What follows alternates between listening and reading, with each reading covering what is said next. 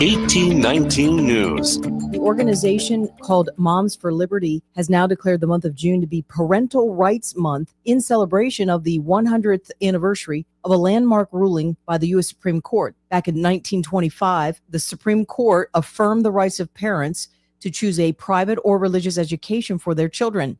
Now, 3 state lawmakers here in Alabama have signed on to a pledge coming from Moms for Liberty, saying that they will support those parental rights. State Senator Arthur Orr, State Representatives Parker Moore, and Ernie Yarbrough are the ones who signed that pledge.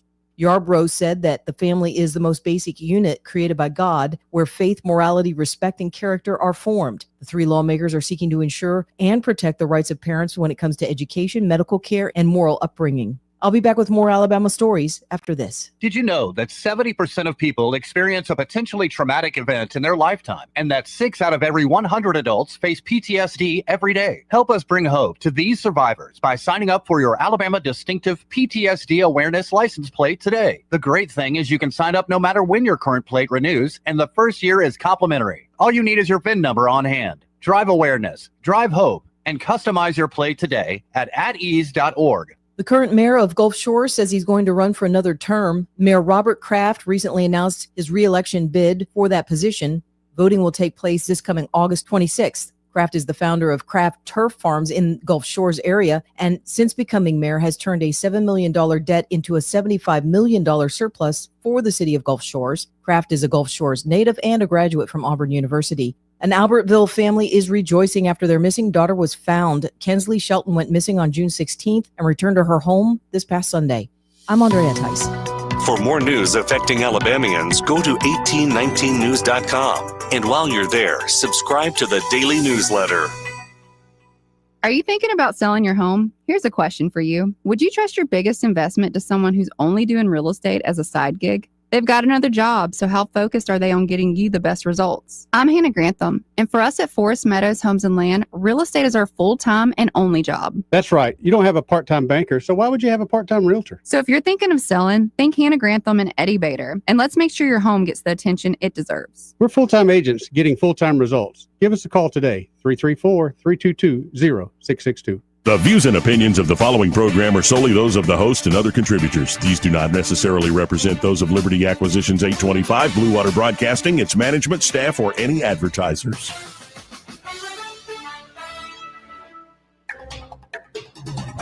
It's time for Montgomery's conversational radio show. It's News and Views on News Talk 93.1 FM. To join the conversation, call 272-9228.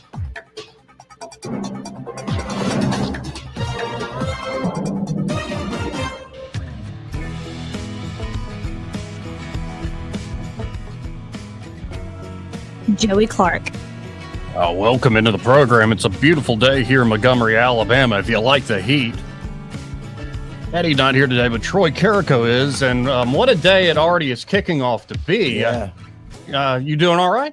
Man, I'm doing great. I'm just thinking about the folks at LUD there in Qatar. That is the breaking news. Started about 10-15 minutes ago. Missiles fired at the largest, I think this is the largest military installment in the Middle East. It's our forward point of air I mean, there's places in Kuwait and other places, but that's the hub for our movement in the Middle East. And also reports of missiles at air bases in Iraq as well. Yeah, I would expect that. This signals a whole new escalation. Because you've been in situations comparable to this, if not exactly like this. Yes. What is, say, a soldier over there serving, an airman serving over there thinking about right now? What are they going through? First thing they're doing is there's usually standard operating procedures, and they rehearse and drill all the time for this. Whenever you're on a base, and what I call a sanctuary base or a FOB, where you're kind of in a secure environment, there are small bunkers everywhere where you can quickly, if you're walking to let's say to the dining hall or chow hall facility or to the gym or wherever you might be going, or to work, to your office, you can quickly get into these bunkers, and they're basically Jersey barriers with sandbags and stuff on them. So that's that's really what their mindset is. They're prepared. It said they moved 40 aircraft off the strip, so they had evidence and indicators this was coming. So they were probably in a very, very preparatory phase. So, and right now, all I'm seeing on at least Twitter is a big fireworks show. A lot of interceptors hitting these ballistic missiles in the sky. Yeah, there's a very, very, very defined THAAD and some of the SM series naval air interceptors and a Patriot battery there. So I think that they'll be able to handle most of the stuff coming in unless they try to overwhelm it. And of course, people have been waiting since Saturday evening. What might be the Iranian response? We can, of course, play. It was a very short and to the point speech, about 3.5 minutes the president gave Saturday night. At one point, I think folks were caught off guard where he just goes, God, I love you, God. We love you, God. We love you, God. I thought that was powerful. Robin was watching it with me. She says, did he just say that? I said, he did. I've heard God bless America. God bless her troops. We love you, God. We love you, God. He's on a first name basis. It's like he almost caught himself off guard saying it, but very cool, I thought. He did say it that way. So, of course, we've been waiting. And as we were waiting, the Israelis continued to strike Tehran hard, hitting a prison, I believe. They hit a prison. They continue to attrit the launchers that they have that are out there. It's amazing. They just continue to pound, which tells you what, Joey, they're getting additional munitions from the United States because they have been burning through it at a pretty good clip, I'm thinking. Yeah, and so we'll see if any missiles being shot from Iran actually hit any United States installments there. Right now, everybody looking at the skies of Doha and Qatar. We actually, crazy how small the world is. Had a commenter come on and say, I know, looking at my title saying, I'm in Qatar right now. He's Al-Udeid, yeah, right. Yeah. Well, God bless them and prayers for them. They're it's funny because Trump said, if you fire any missiles or you do anything towards American interest, all right. So I guess what they want to do is they want to be taken out of power. So here it comes. Oh, here it comes. Now, what do you make of the strike that happened on Saturday night? The entire operation.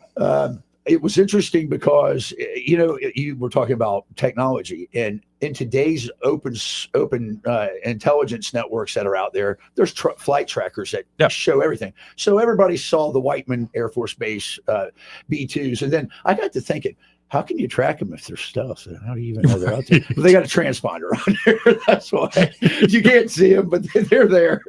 And because Ron goes, I thought they were stealth. I said they are, but they're flying with the transponder on.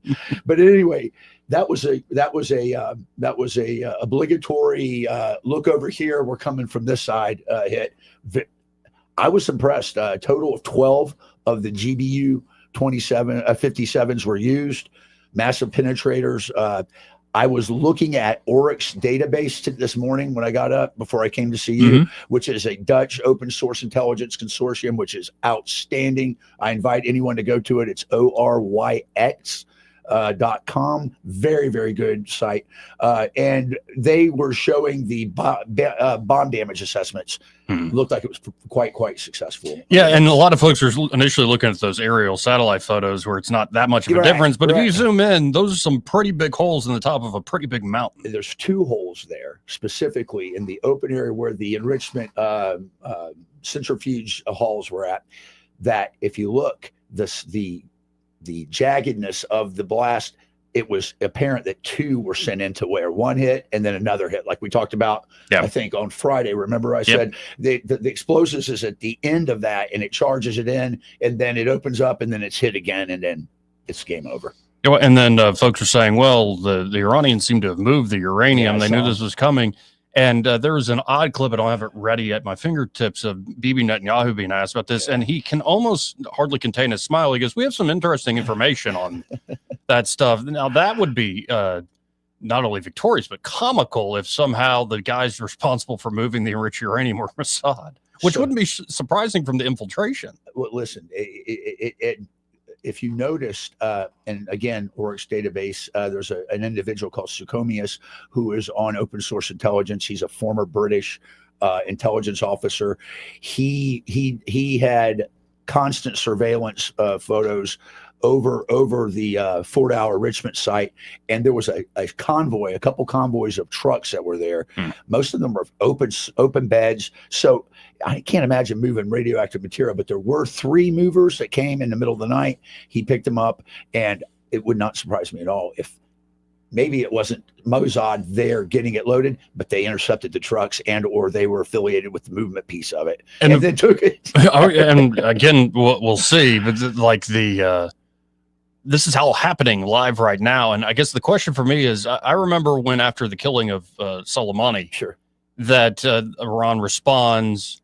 They don't hit much. They hit some, but they don't hit much. They were kind of obligatory, right? Pre-announced attacks. We need to do this for respect reasons, it was for saving face. Yeah. And so do you think that's what this is? No, I believe that this was honestly I couldn't imagine about saving face at this point when Trump's words were unconditional surrender. If you fire anything at American interest, you're going to be, what was it? There will be attacks like you have never seen before, kind of thing. So, well, and then you've got to think about the leadership structure at this point. People forget that the Ayatollah is 86 years old. I know. He's an old man who's now literally, like the walls are closing in on him. Like everybody's trusted has been killed. They're having to use just word of mouth comms, is at least the report. Who knows? That's what I heard. But how could you even run a response when these are the conditions of the monarch of the country? That's a good question. And I think that one of the things that's apparent is he has an inner circle. A lot of that has been removed. Salami, who has replaced Soleimani with the IRGC, and then several of the key. And what's weird about Iran for your listeners? There's 2 elements of the defense forces of Iran. You got the IRGC, which is the Praetorian Guard, if you will, and also the exporter of most of the terrorism that comes out of there. They are the zealots, the religious revolutionary zealots, and they get the best funding. They control the black market. Nothing goes through their country without it touching their coffers before you buy it, whether it's cigarettes, baby food, it don't matter what it is. They control all imports and exports coming in. Imports coming in. So then you've got the regular Iranian Navy, Air Force, and Army. And they are not always they're kind of at odds. And I think that if you noticed, everybody that was killed, except for one, which was the Joint Chief of Staff, who was actually a previous IRGC guy, they're leaving the Army and the Navy and the Air Force alone, other than they're destroying Tomcats. And that it hurts seeing those F-14. Yeah, F-14s. It's like, and a lot of people online, trying to find the humor in this is like, what did Top Gun Maverick know beforehand? It's like, you know what? That's watching it now is kind of like, wow. But the response in that show versus the reality has been 2 different things. Oh yeah, the Iranians wish they had a 6th generation fighter. Well, they claim they have a 5th generation, but all it is basically a F-5 freedom fighter that's been some carbon fiber like nose work done on it and stuff. So again, happening live, there are attacks, ballistic missiles. If not, who knows? Drones could be fired, cruise missiles could be fired. Sure. It's been reported they've been holding back their stock of hypersonics, which. Those can't really be stopped if they're used, right? No, they can be stopped. The Patriot has successfully intercepted the block. Listen, Ukraine. That you remember the Kinzhal, the KNZ, what is it? KH-51, so Russian, hypersonic, and I think the intercept rate is above 90%. Oh wow! Okay. Yeah. You remember that was the missile that could not be taken down. The caliber, but Putin also talks about his undefeatable tank, the T-90, that got taken out by a 25-millimeter chain gun. So. And as you expand out the conversation to look at how the rest of the world reacting, there is the not surprising, this is against international law, or you're breaking with sovereignty, and yada, yada, yada. It's like, let's see the UN actually do something about it. But interesting seeing China make noises saying, do not shut down the Straits of Hormuz. Yeah, right. Yeah. Because that hurts us. Y'all better not. You're also seeing Russia. There was an interesting meeting that happened, I believe, last night or this morning, where it's an Iranian official with Putin and team, and Putin offers help with diplomatic That's like letting the hen guard the fox guard the hen house. Yeah, Putin's like, but they clearly are not like, we're not going to rush in with military to help you guys. Well, what could they possibly do? Right. Go beat up your little brother first. Come Right. see me. Though you did see how would you describe Dmitry Medvedev? I did a post That's on, really Putin's I puppet. did a post on X on him, and every time his mouth's moving, he's lying. And I'll tell you why. There's a new doctrinal change in the Russian forces battle rhythm and order of battle and their strategies, and it's called hybrid warfare. And what hybrid warfare is, what we call asymmetric warfare. Mm-hmm. There is useful idiots, just like in Sun Tzu and the Art of War. You always have a useful idiot that you use, and that is Grima Wormtongue, if you will, for Putin. And he says things that are outlandish and bizarre that make people go, "Ooh!" Like meant to be provocative. Weak Europe goes, "Oh no!" There's people talking about giving weapons to them and all that.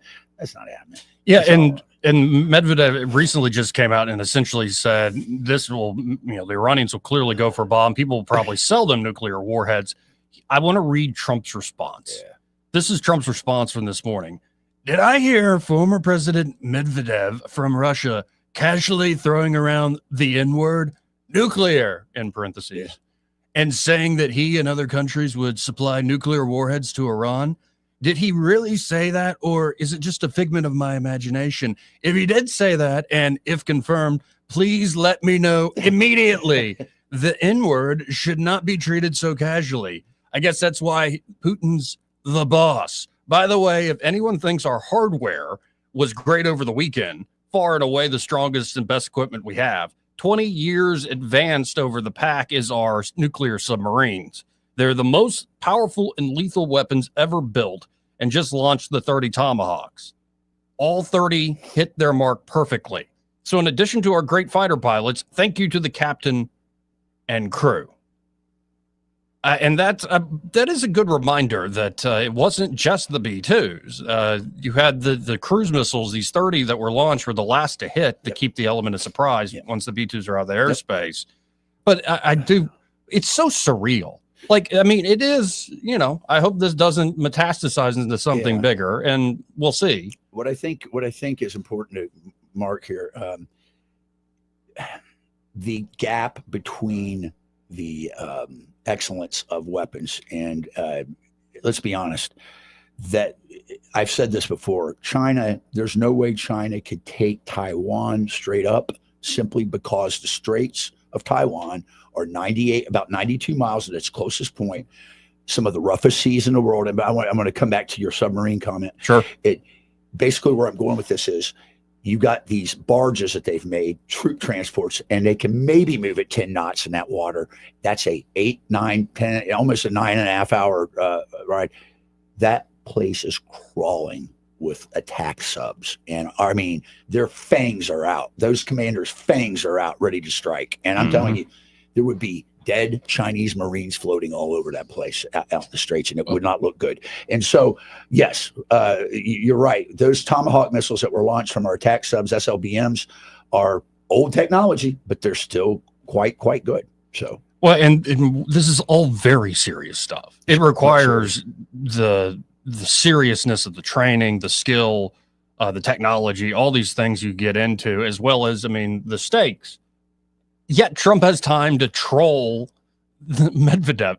Don't be saying the N-word, and troll the whole world. So what a time. And of course, we've got Rubio over the weekend laying out his case, because he's not only Secretary of State, he's National Security Advisor as well. They have to keep changing the chyron. I love it. As they introduce him, as they ask different he wears 2 hats questions. And people were sharing photos where it's just Rubio sitting alone, like Trump's eventual NSC, the entire National Security Council. That's awesome. You also saw JD Vance defending the president. Yeah, he came out and he kind of, he swatted down Medvedev too. Really? What are you talking about proliferating?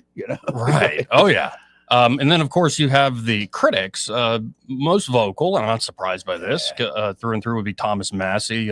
What's wrong with the Kentucky contingents? I'm so disappointed as a As my grandfather, I mean, I'm proud. He was a Kentucky colonel. Yeah. And I'm like, what the hell is going on in Kentucky? What are they, I mean, this is the Ron Paul movement. It's got to be. Their scions are not only his actual son, Rand, but Massie is probably the closest thing to Ron Paul that we currently have in the United States Congress.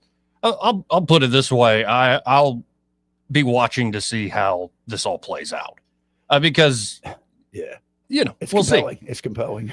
Like there's going to be a lot of reactions in real time and a lot of predictions and speculations. But once this thing gets going, we'll see how effective this attack is by the Iranians. I wonder, because Trump makes this threat, does Trump and team, do they strike? Apparently, the president is currently meeting with senior defense and intelligence officials in the Situation Room, or as Trump calls it, the War Room, as Iran attacks. But if they're feckless, if these attacks don't hit squat, do we actually I think we attack back because of the threat? Yeah. Remember, we talked about, I think in my op-ed, threat is only good if it's credible to be used. And if you tell somebody you're going to do it, then you need to do it.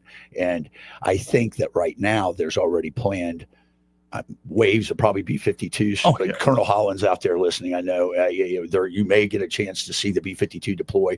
There's going to be some heavy hits. I think that what I can't stress enough is what Israel has done in terms of prepping the battlefield and air supremacy. I mean, they ain't sending anything even up to contest them. So we've got a very good partner in that, and I think we could probably. I'm looking for them to probably take out Khamenei here in the near 5-7 days, maybe. Well, this is all happening as we speak. Iran state TV is now claiming they're attacking many U.S. bases. Yeah, I saw up there on the graphic. You can see the Ali Al Salam, which is in Kuwait. I've been there. I've been to Al Udeid. I've been to Dhafra. I have not been to the Tanaf garrison. Syria is a relatively newer development since I've been out. But my point is that's the rim of them, and I'm sure they're launching stuff at our naval ships in the Persian Gulf and so forth. But hey, I've said it before. This is a great laboratory. This is where you learn. You learn under combat, and we are getting a lot of TTP and a lot of new technology coming out as a result of it. So, well, we're going to keep watching, and we'll bring you some of the highlights from over the weekend of all the different back and forth with the politicians, especially the top folks there in the Trump administration, including the president himself. Won't hurt to re-listen to that speech and announcement from Saturday night. Also, I think we got notes to compare. We've both written something up for 1819 News. That could be good. And I think we might be able to get some more expertise on the phone line, say later in the program, as you were suggesting earlier. So we got a full show here. Also, in other news, just to clean the palate a little bit here, did you see the Tesla rollout of the Robotaxis in Austin? I did. It's working. It's amazing. It's been working, I think. It has been working. They've had a few little snafus, and maybe that was operator error. But they've been saying, "Look, our stuff's solid." And listen. Well, who's their competitor out there? Waymo. Yeah. They're behind the power curve. Well, and they have this little Easter egg where you take a ride and you sit in the back seat. There's the wheel turning. There's nobody sitting in the front seat. It takes you to where you need to go, and then it has this option of tip at the end, and you go to do the tip. I saw that. And it's like just almost like a little cartoon going, just kidding. I think all rides are a flat rate of $4.20. Are you kidding me? I mean, listen, it's once again, pretty amazing. It's truly amazing. And wow, think of the things you could get done with that. I mean, it's just amazing. Well, and Tesla stock up 10-11% on that successul rollout.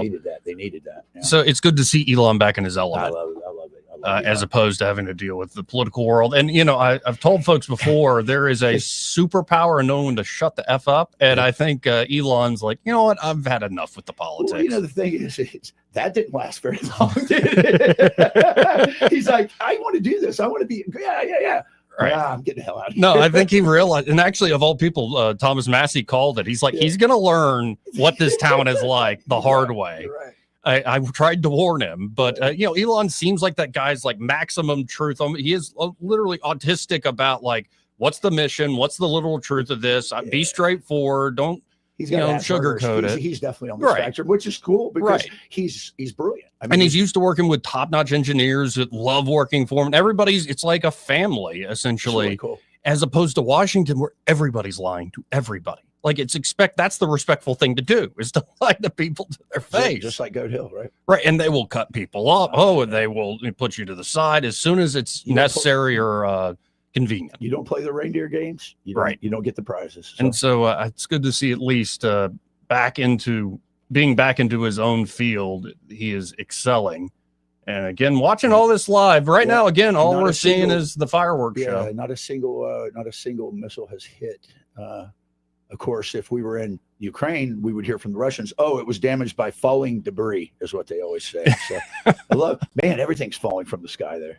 How about this? We got to hit a break. But first, this part of the program brought to you by Pest Pro Services. And of course, they can help you with all of your pest control needs. And one thing they're doing now that's just great, helps you budget it out. Yeah. Is they're doing a monthly subscription. You told me that last week. That's incredible. Yeah. Yeah. It's a fixed fee for, your basic pest control protection, your year-round termite protection and annual inspection for termites. Yeah. And you can add on top of that, mosquito protection. Listen, I was on my porch last night after the rain. Yeah. I was getting ate up by black tiger, the tiger ones, the little nasty ones. Yeah. I was like, that's for I'm going to have to call them. Yeah. You got to call them up because folks, once you get on that regular schedule, say with the mosquitoes, it's not like, you call them up once, they come out, you're guessing what it's going to cost. And then you got to remember to call them again when the time. Right. No, they get you on a regular schedule at a fixed rate to where they're coming out, I think 7-8 times during peak mosquito season. And it works. Just ask Eddie. It works up at the lake where it shouldn't. It should not work here, but it does. Pest Pro folks, they are as good as we say, and they're also just great local folks that are easy to work with, always giving back to the local community, helping out other small businesses, helping out, say, high school athletics, and they're really just great people there at Pest Pro. Y'all work with them today at 265-9990. That's 265-9990. When you want to know, call a pro, Pest Pro Services. And be sure to tell Ashley and that team that Joey, the fellow on the radio, sent you. We'll be right back. Want to carry News Talk in your pocket? Download the News Talk 93.1 app from the App Store. Available on iPhone and Android. Never miss a moment. Download now. When you switch to Progressive, you could save bundling your home and auto. Then you could put that money towards some of the surprisingly more expensive things in life. Attention passengers, we've reached 10,000 feet and internet is now available for purchase. I just paid hundreds for this flight and you can't even throw in internet? I'll just take the free pretzels. Sorry, but I do have snack boxes for sale. I'm just going to sleep. In that case, we are selling pillows and blankets as well. I'll just breathe. That's free, right? Life costs a lot, so bundle and you could save with Progressive. Progressive Casualty Insurance Company, affiliates, and other insurers. Not available in all states. One of life's greatest mysteries has finally been solved. Who let the dogs out? Spruce, spruce, spruce. It's Spruce, the new hard-working, worry-free weed and grass killer that's safe for use around people and pets. When used as directed, spray the leaves for visible results in just 1 hour and dead weeds in just 1 day. You spray, they play. Weeds die by the next day. Find Spruce wherever weed killers are sold. Hey teachers, the Guardian Credit Union Foundation has an opportunity for you. Until July 31st, educators can apply for the Teach for Tomorrow grant, providing $1,000 to bring your classroom projects to life. From STEM supplies to music gear to school-wide projects, we're here to support your vision. For full details and eligibility requirements, visit myguardiancu.com. The Guardian Credit Union Foundation, supporting those who shape tomorrow. Febreze. As a rideshare driver, I love keeping my car smelling fresh and clean. So when I'm driving, I only trust Febreze car vent clips, featuring 3 distinct intensity settings, because it's that little touch that sets me apart. I can turn the intensity down for subtle freshness, or I can turn it up for when I want lots of scent. So whether it's set to low, medium, or high, with Febreze car, I know my car's going to smell amazing. Which keeps my driver rating right where it belongs. Picking up, Oscar! Here at Adams Drugs, we let our customers do the talking. I'm here with Ronnie Taunton, who was a longtime customer of Adams Drugs, moved away for 3 years, and came back to town recently. Ronnie, what did you do for another pharmacy when you moved out of town? When we moved to Fairhope, we were looking for a local. We did not want to go to a big box store. And we did find one, but the service was not up to par.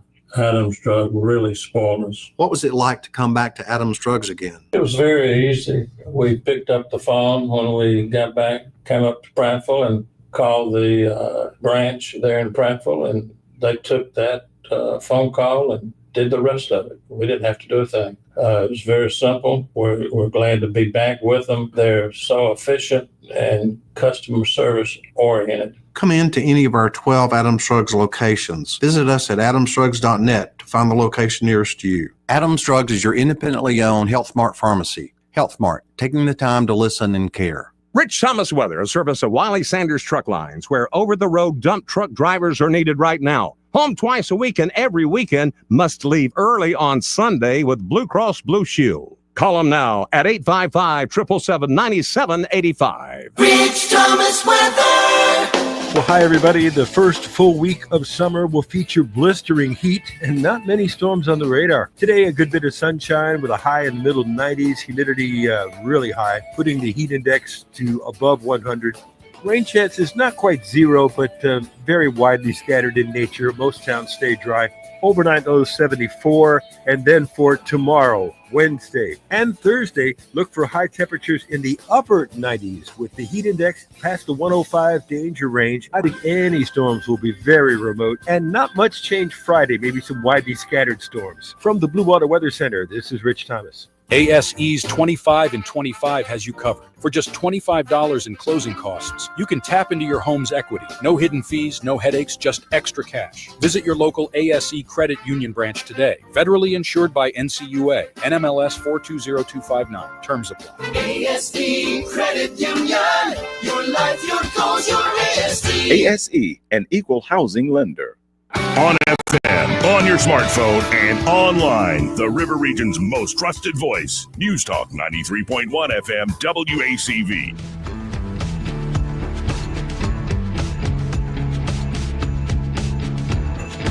Joey Clark. You know, after you listen to music all these years, sometimes certain lines or even the cheesiest pop music sticks in the mind. Yeah. One is make the rules, then break them all because you are the best. From my probably my favorite artist. But it, you know, out of context, that line, make the rules and break them all because you're the best, to me, really gets to something that's fundamentally true about the world and how power and skill and excellence work. So though you have heard that power tends to corrupt, power also demands skill enough to make and break the rules regardless of accusations of corruption. A moral word, a legal rule, a holy tradition, the Constitution, all are mere straw if they lack the power to see their vision through.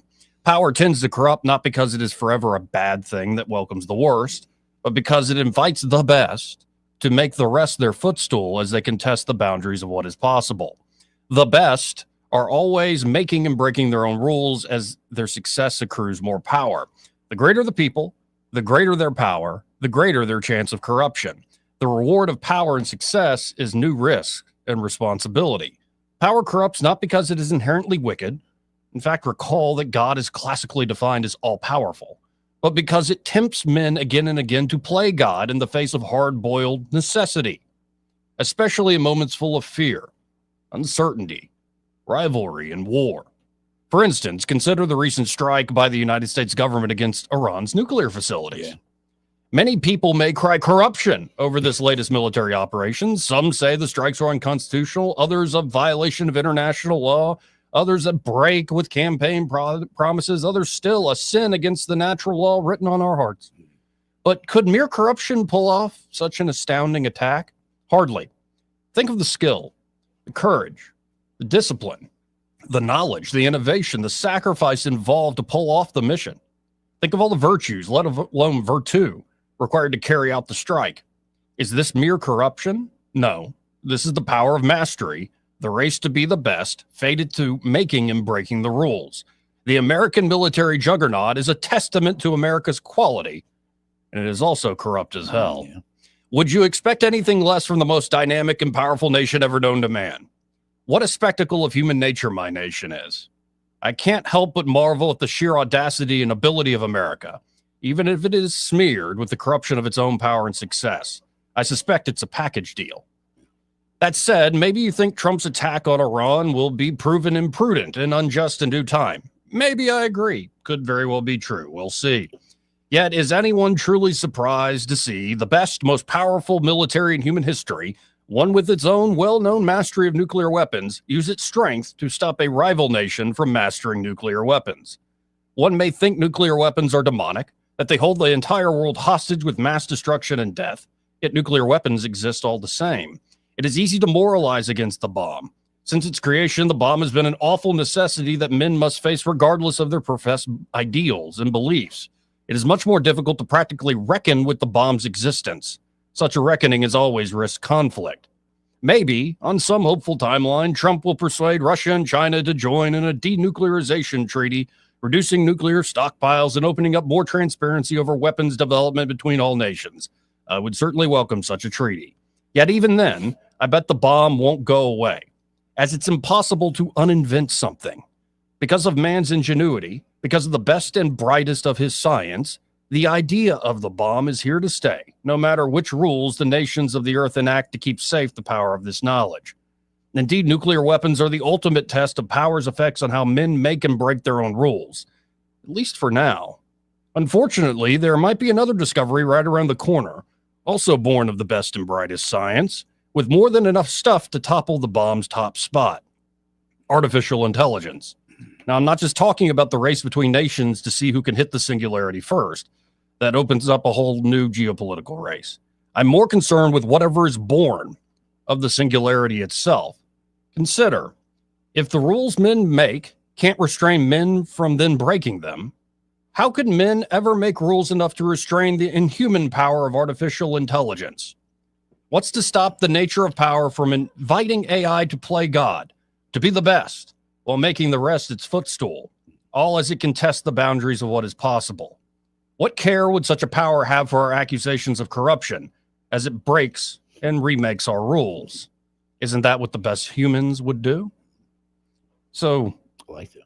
I like that. That was where my mind was, as I'm sitting there thinking through, like since the bomb was created, like this sort of attack almost seems, it's not necessarily inevitable. Like you could have maybe had a peaceful outcome if they had negotiated, but it's also not shocking that this decision was made. I think that's it. Now I know why you said you were struggling to finish up how you were trying to do. That's pretty profound, because you're taking on the duality of the AI pieces that, hey, it wouldn't that be what it would do? And it's exactly what it's going to do, right? Without constraints. But if it's a reflection of us, that's what I'm saying. So very good, very well thought. And the bomb, listen, just go watch Dr. Strangelove. It'll fix everything for you, man. I mean, you got to learn to love it. No, it's, we're the only country that's ever used it, right? Which is kind of, if you think about that through a narrow lens, it's like, wow.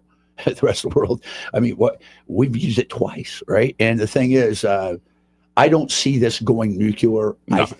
I see this as preventing nuclear down the road, because, Joey, you cannot tell me, and based on what you wrote, you cannot tell me that the best and brightest in Iran are the same as they are here in terms of moral compass and things that are developing.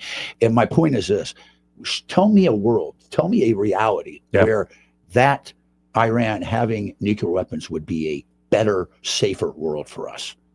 I just can't see it. No, I can't see it that either. I can't see that. And I think, people have been nervous since the beginning. There was the whole idea of let's take on the Russians now while we have the advantage. I suspect that was probably an unwise decision if they kept marching. Even if you take down, say, the Stalin and the Kremlin, what are you going to do with all of Russia? Like, that's a heck of a talk about an occupation. And Germany or Japan were quite enough on our plate at that moment. Absolutely. I think Patton was, he was obsessed with the fact that he was a reincarnated. Yes, he goes, I have no purpose except war. And when the war's over, I'll die. And he did. Right. So, that's I guess that's what I was wrestling with over the weekend seeing this. It's like, because I come from that more libertarian background. Yeah, me too. And I could go into example after example that aren't, questions of the bomb or artificial intelligence getting off the leash. Think about it, like the Constitution. Yeah. And the Constitution's passed, the Bill of Rights is ratified. And in the First Amendment, it in part says Congress shall make no law abridging the freedom of speech. That's right. The very same generation of men who made that the supreme law of the land then turned around when they're worried about, of all people, the French, and passed the Alien and Seditions Act, including making it straight up illegal to criticize the president of the United States. This is true. So this is what happens. I mean, look at Hamilton. Like all the stuff, a lot of the stuff he says in the Federalist, he turns around once he's in power and does the opposite. Because that was an academic work. Now he's doing an empirical thing. Right. He goes in a different direction. Right. And you can see this time and time again. Like you talk about Lincoln freed the slaves. You could put that in one phrase. That's, you know, what's on his headstone, or should be. Yet what he suspends a great tradition of habeas corpus in the North, locks up reporters in the North. Wilson, that's where we get the Espionage Act out of World War I. That's right. You can go through World War II with all the FDR and the internment camps and yada, yada, yada. And then the escalation of the tactics in that war in particular. And then we're left with the Patriot Act, which has caused, you know, your email. It just, there's so many things people don't understand. And it makes a mockery of the Fourth Amendment, especially how it's now being used for parallel construction with the FBI. Like, well, so we know this guy did it, but we can't tell a court that we got this from the secret surveillance system. The FISA stuff it blows my mind. Some of the stuff that's come out on the FISA stuff. Right. So, I mean, this is the struggle is real. And I would love a smaller government. I would love not just a smaller government. I would love one that actually hews to what we believe our ideals to be. And we get close sometimes. And I would never want to live anywhere other than this beautiful place. This is my home. Amen. Amen, brother. It's a brutal world out there. It really is. And one thing that I find interesting, though, is even those that espouse smaller government, you know, I can't find any evidence of that anymore. Even in the Trump days, so it's growing, bigger taxes, bigger base of finances. It's just, when are we going to do it? I mean, you know, Doge has got, believe it or not, Doge has had some effect. A good friend of mine works at Gunner. He is a contract specialist for Cisco, and he said that they've got this big proposal and it has to go through the Doge piece. And I thought, well, they're actually looking at stuff at this level. Well, and I remember being on a panel with Jeff Poor and Phil Williams, I guess retired Army colonel. He's a former Ranger too. And very impressive guy. But at one point we had to ask each other questions, and I caught him a little off guard because I called him Colonel, and I didn't do it disrespectfully. Just we were calling each other our first names. Sure. The reason I did that is I did say the wars in Iraq and Afghanistan advanced the cause of liberty that you do believe in. And he took a beat and he said, no. And this is the thing, the reality of a harsh world out there, as you just said, a tough world out there. It puts certain necessities, awful ones, in front of you, and you've got to make a decision in the moment. Yeah.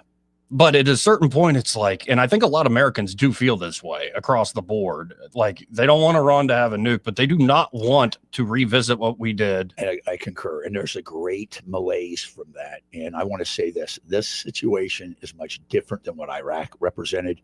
This is a teetering theocracy that's very close to being, and we have the Israelis with this.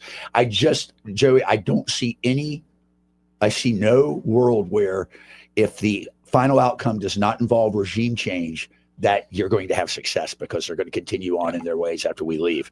And well, I'll put it this way. If the Iranian regime, just looking at this idea of strength, of power or powerless, if the Iranian regime was as provocative as they were, in so many ways, not just the things they say, but like this whole idea of a latent deterrent, as we went over last week, very provocative. Like we could create the bomb. We have the skills to create the bomb, but we haven't made the decision to create the bomb. But we're going to set ourselves up to where we could at any moment, without you knowing, go for the bomb. Like, that is the dumbest deterrent. It's inviting trouble. Yes, it's provocative without having the goods to back up your threat. True. That's what we're talking actually speeds people up to want to crack down on you. I'm amazed the U.S. hadn't invaded earlier, honestly, given past presidents. I think maybe because we did get bogged down so much with George Bush and other parts of the world that the Iran plans were put on the back burner. But I think also that you can't be this provocative in your speech, in your posturing of how you're going to develop weapons, yada, yada, yada, and then be this weak. If they, in fact, are as weak as it's looking like, with the infiltration by Mossad, with no ability to control their own airspace. I mean, like, what were you even thinking? I guess they just weren't thinking. They weren't in touch with reality. No, I think you're right. And I think what really you have to consider now is let's back up and let's back up a couple iterations here. They used their proxies as their projection of critical power throughout the Middle East and the region. Okay. Yep. And they're gone, but their proxies are destroyed. Basically, I mean, they're fragments of them, but they are not coherent. Assad's gone. And listen, he is, and Assad is gone. But the thing I want to say is, when Hezbollah comes out, goes, we're not going to be firing any rockets into Israel. That should tell you they know Big Daddy Iran is not able to help them. And I'm telling you, you cannot overstate the importance of what Israel has done to reset all that order there. And the other thing is, on my op-ed that maybe we'll read a little later, I talk about how did we get here? Why are we here? And much like you were talking about, when there's a power vacuum after the fall of the Soviet Union, and we failed to do what we needed to do to be the lone superpower and set the table, then you get this asymmetric world that's very dangerous and very threatening. And that's why we're here. So I think Trump is doing a lot to remedy that. As just looking at the TV screen here or there, a lot of interceptions. I've not even seen any images or footage of anything being actually hitting the ground. Well, that's because they're using the THAAD system, which is a very high altitude system, unlike the Iron Dome, which Israel uses, which uses 3 or 4 levels of interception. They're intercepting them at very high points and standoff probably. So that's sometimes the ones at least sent over Israel, you can see the atmospheric explosions. It's pretty crazy. The Pentagon saying no known U.S. casualties at the moment. That's right. I don't even think they have said there was any hits yet. So and I think this is all very expected. So you got to wonder, okay, this is Iran's response for now from the attack on Saturday. What does the United States do? And also, people keep missing this dynamic. The United States doesn't necessarily have to do anything. Because Israel continues to pound the nation of Iran. So it's like the United States can sit here and be like, we got the big guns, really don't mess with us. But mostly the attack dog here, without even much, if any, U.S. support, is Israel at this moment. I heard through back channels that Saudi Arabia and the rest of the Gulf Arab countries were saying to Israel, keep it up, basically, because they want to see a regime change there. Well, and that's another part of this is the Abraham Accords, and then this recent tour Trump did through all these nations that are now under alert. Brilliant. They're tied, at the hip, and I really am. I was very skeptical. Remember when WWE did the big event in Saudi, and I was like, oh, that's interesting rebranding for the kingdom and yada yada. But it seems like they've actually implemented reforms and change. It's amazing. The House of Saud is a very interesting situation. One of my favorite clips that you've done that when I was on, and Robbie loves it, is when Trump is walking behind them all there, and he just kind of taps on the shoulder. And the crown prince is like, who dares touch me? You know what I'm saying? And he's like, I got you, boy. The president. You're mine. You're mine, he says. Oh, well, we got to hit this break. We should have Austin Branco on the other side. First, though, this part of the program brought to you by River Region Contracting. If you're looking to have peace of mind when it comes to that roof over your head, probably the foundation, the roof, most important things to your home. Yeah, absolutely. And you know what? I have a small leak. Oh, no. And I just had my roof done so you got to get a good person to do your roof. You need to call River Region Contracting, folks, because, maybe you're just looking for an inspection. You want that peace of mind. Well, the inspection's always free.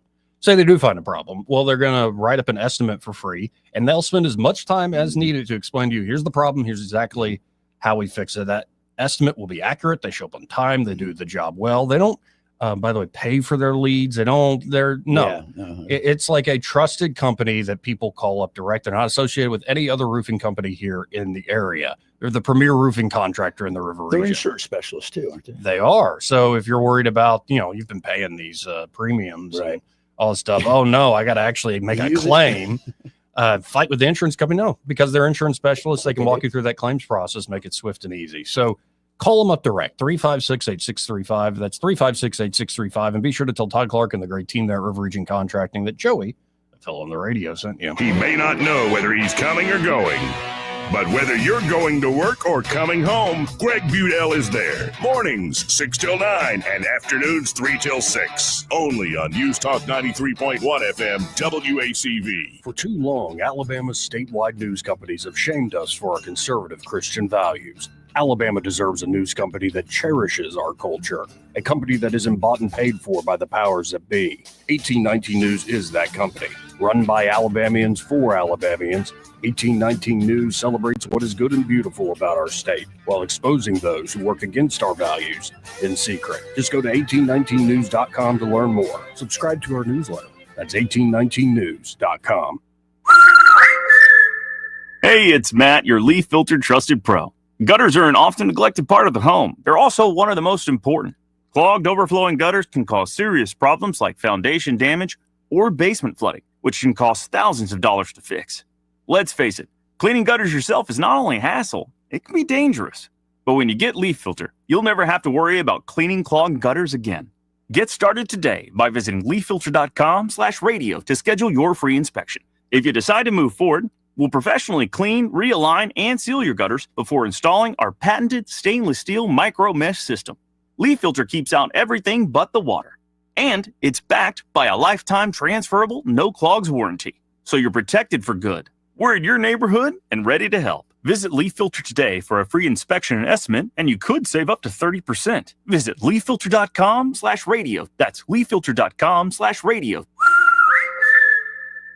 Welcome to Eclectic Coins, Montgomery's largest coin dealer, specializing in buying and selling investment-grade gold and silver coins. And they have a large selection of rare coins and coins from around the world. Visit them at 543 Northeastern Boulevard or on the web at eclecticcoins.com. Eclectic Coins, where collectors who know go. If your decision for new floors is based on brands and selection, wanting perfect and professional installation, or the kind of customer service that doesn't even exist at big box stores, obviously you gotta shop Prattville Carpet.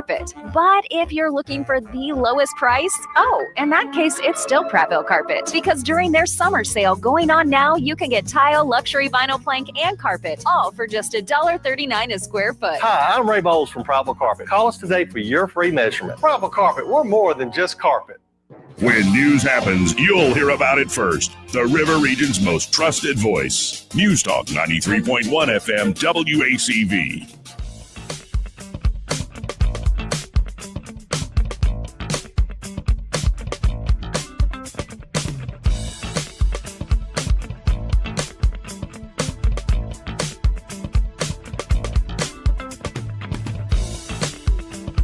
Joey Clark.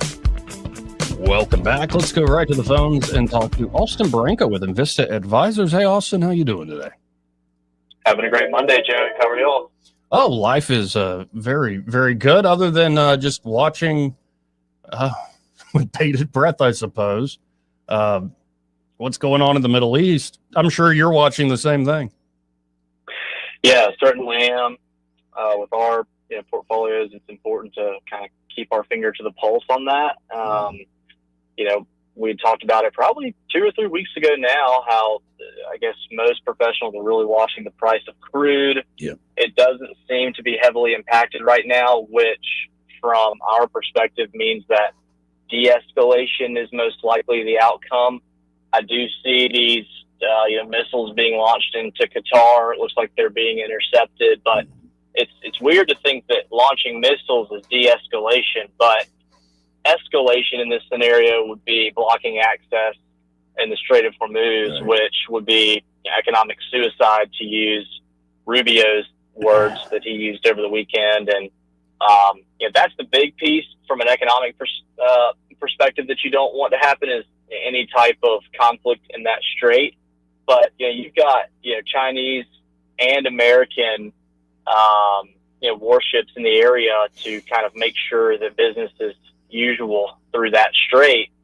So I guess really all that Iran has at this point would be missiles launched at U.S. Air Force bases in the surrounding region. And I guess we're grateful that is the most power that they have. There is one other thing I think about, not economically or for clients, but I always scratch in the back of my head, kind of like the 9/11 situation where you've got, I guess, the sleeper cell component inside of the U.S. Right. American dissenters that live amongst us and a coordinated attack that way would probably be my most legitimate scare. But for right now, it seems like even though missiles are being launched, this is somewhat de-escalation compared to like an economic fallout by preventing oil movement through the Middle East. Yeah, and I found like J.D. Vance, when asked about it, saying, well, they should go talk to the Chinese and ask them if that's a good idea. So that wouldn't even really be hurting the United States as much as it would hurt other partners. That's right.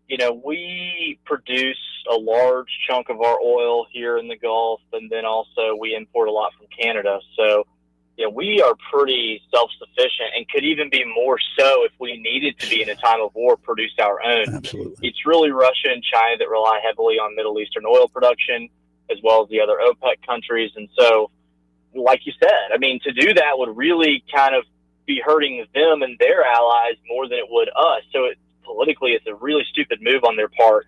They do not have a lot of negotiating chips per se. And, listening to you guys earlier too, I was scratching my head at what their thought process was in ramping up centrifuge production since 2018. It's like, well, okay, so you're going to telegraph to the world that you're creating more nuclear capability. Anything over a certain level of enrichment is traditionally used for, weaponization. Why are you being so open and public about it? Just because we dropped out of this treaty doesn't mean that we don't care, that you're, going outside the lines of what's right. And eventually we're going to have to come and slap you on the wrist. And that's kind of how we're viewing it. So I don't know who's calling the shots in Iran, but it looks like somebody whose elevator doesn't go all the way to the top floor. Well, I always appreciate your insights, and it looks like it's not, for now, affecting the markets too much. It made Bitcoin went a little nuts and dropped, not that much for Bitcoin. I haven't been on this wild ride for a while, but always interesting to see how this might have effects when it comes to our money. And folks, if you're looking to preserve your long-term financial wealth, just check out Invista Advisors. It's not just, say, on the investment side. That's part of it, of course, but it's a holistic, all of the above approach to customize a financial plan for your financial future. And just call them up right now, 387-0094, see what they can do for you. And be sure when you call up 387-0094 to say that, hey, Austin Branco, I heard that guy on the Joey Clark show and want to see what y'all can do for me. Awesome. Well, thank you, Joey, and I'll talk to you again Wednesday. Appreciate it, Austin. Again, folks, it's Austin Branco with Invista Advisors. The opinions voiced in this material are for general information only and are not intended to provide specific advice or recommendations for any individual. All performance referenced is historical and is no guarantee of future results. All indices are unmanaged and may not be invested into directly. The opinions expressed in this material do not necessarily reflect the views of LPL Financial. Securities offered through LPL Financial, member FINRA SIPC. Investment advice is offered through Invista Advisors, registered investment advisor and separate entity from LPL Financial. Broadcasting from the Riverside Chevrolet Master Control Center, this is WACV Cusada, News Talk 93.1 FM. When it's Chevy, it's Riverside. This is an SRN News special report. I'm Greg Clugston in Washington. Iran has launched missile attacks on U.S. military bases in Qatar and Iraq, retaliating for the American bombing of its nuclear sites and escalating tensions in the region. Witnesses reported seeing missiles in the skies, followed by explosions, but it's too soon to know if there was any damage or casualties. Iran announced on state television that it attacked American forces stationed at Qatar's Al Udeid Air Base. A caption on the TV screen called it a mighty and successful response to America's aggression. The attack came shortly after Qatar closed its airspace as a precaution. Iran also targeted a base housing U.S. troops in western Iraq. Just before the explosions, Iran's president said that they will not leave the invasion of its country without answer. SRN News.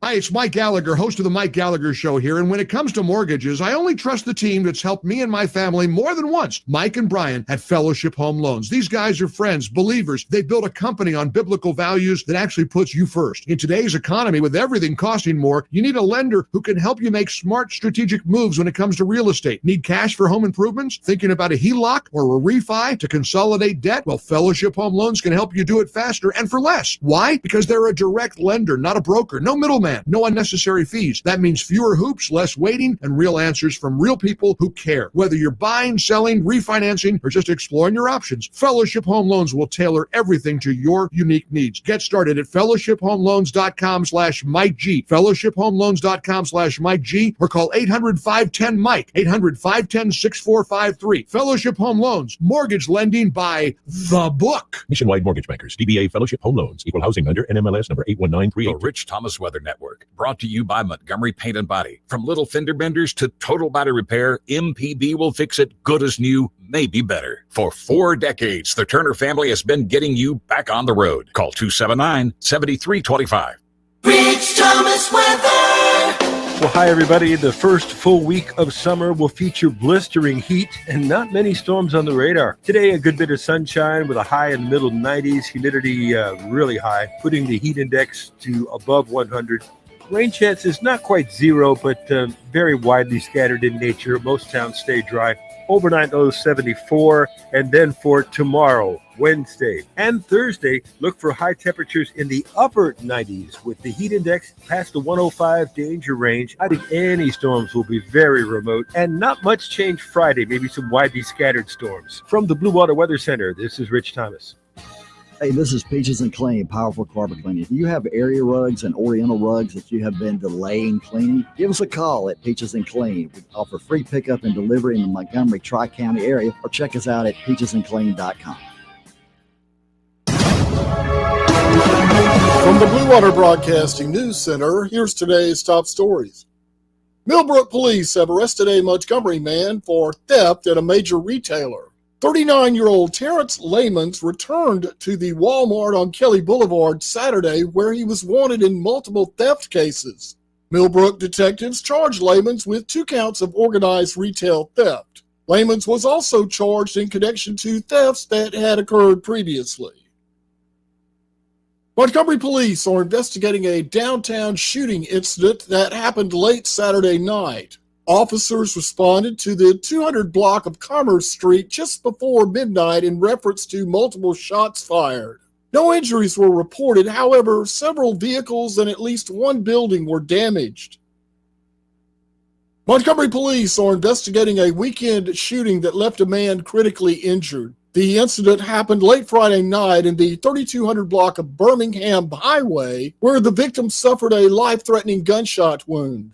The unidentified male victim was transported to a local hospital in critical condition. Suspect and motive remain unknown in the ongoing investigation. From the Blue Water Broadcasting News Center, I'm Sky Mosley. This hour of news and views is brought to you by our good friends at Alabama Home Mortgage. Alabama Home Mortgage, 567-4223. Visit them on the web at myalabamahomemortgage.com. NMLS number 1586368. An equal housing lender. For over 40 years, Headley Plumbing has been fixing the River Region's plumbing problems with fast, affordable service. The pros at Headley are ready to respond anytime you need help, and they charge fair rates for their expert service. They help River Region homes and businesses every day, from repairing leaky faucets, septic tank service, replacing damaged sewer lines, or just unstopping a blocked drain. Trust the experts at Headley Plumbing. Call 285-3667. Headley Plumbing, 285-3667. Remember Headley's motto, in our business, a flush beats a full house. Headley Metal Buildings has been your source for quality metal buildings in the River Region since 2007. Carports up to 24 feet wide, RV covers, storage buildings, even a sturdy metal barn up to 54 feet wide. Your structure can be customized, installed on level ground, and comes with a 20-year warranty. Let Headley Metal Buildings help you find the perfect solution. Financing available. Call 285-3667 for details or find Headley Metal Buildings on Facebook. The views and opinions of the following program are solely those of the host and other contributors. These do not necessarily represent those of Liberty Acquisitions 825, Blue Water Broadcasting, its management, staff, or any advertisers.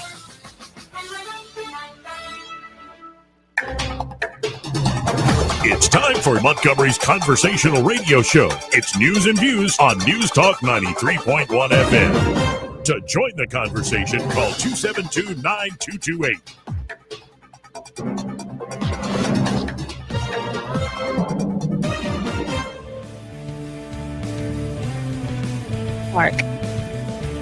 Welcome back to the program. Your host, Joey Clark. Troy Carrico here in the studio with me. Hello. And before I forget, there was something Austin Branco said. Yeah, Austin's always insightful. He's got his finger on the pulse of things.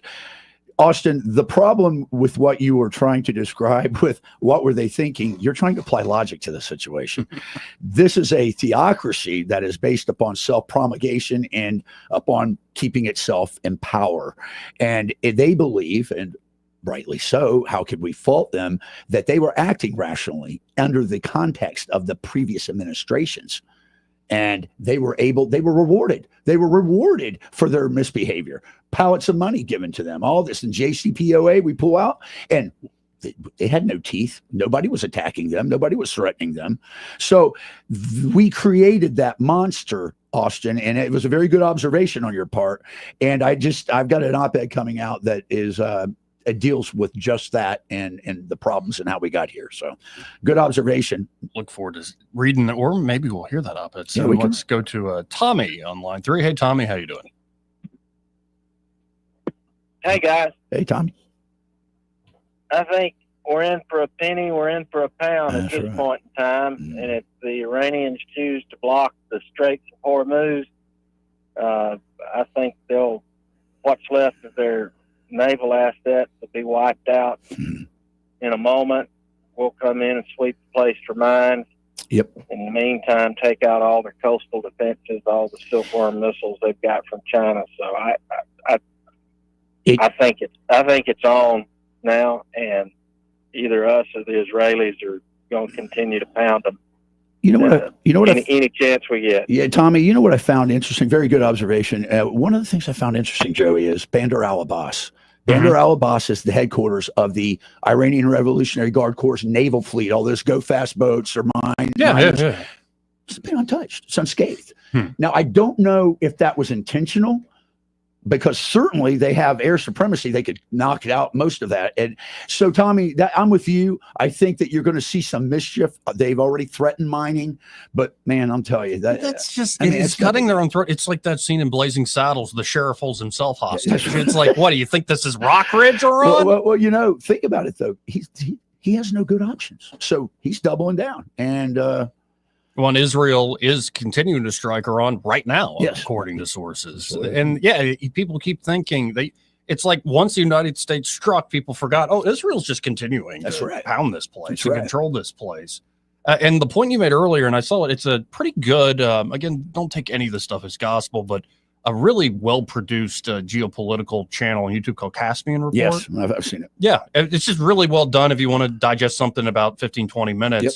And that was the first place I heard this idea that they're mostly taking out the Revolutionary Guard and the folks that control the most extreme parts of, say, the regime, while leaving the more traditional military and civilian leadership untouched. And it seems like we're going to keep hitting these guys. Y'all want to be next, or you want to be a normal country now? Or why would they do that, though, Joe? What take that logical step further? Revolution. Yeah. I mean, that's really what that's about, preserving their forces to overthrow the theocracy. Well, and especially if there's already bad blood between those different entities. There really is. The one thing that makes me, and maybe I'll be wrong and eat these words, but I do, every time I see this guy, I can't even remember his name, the Crown Prince in exile. I see him, the Shah's son. I roll my eyes. I mean, really? Like, why would they rally around you? Seriously, like, I don't understand that logic. He's got bloodlines, but it's been a while. It's been a while. I just don't see that happening. If it does, it'd be what an incredible story. But still, that seems unlikely, to put it mildly.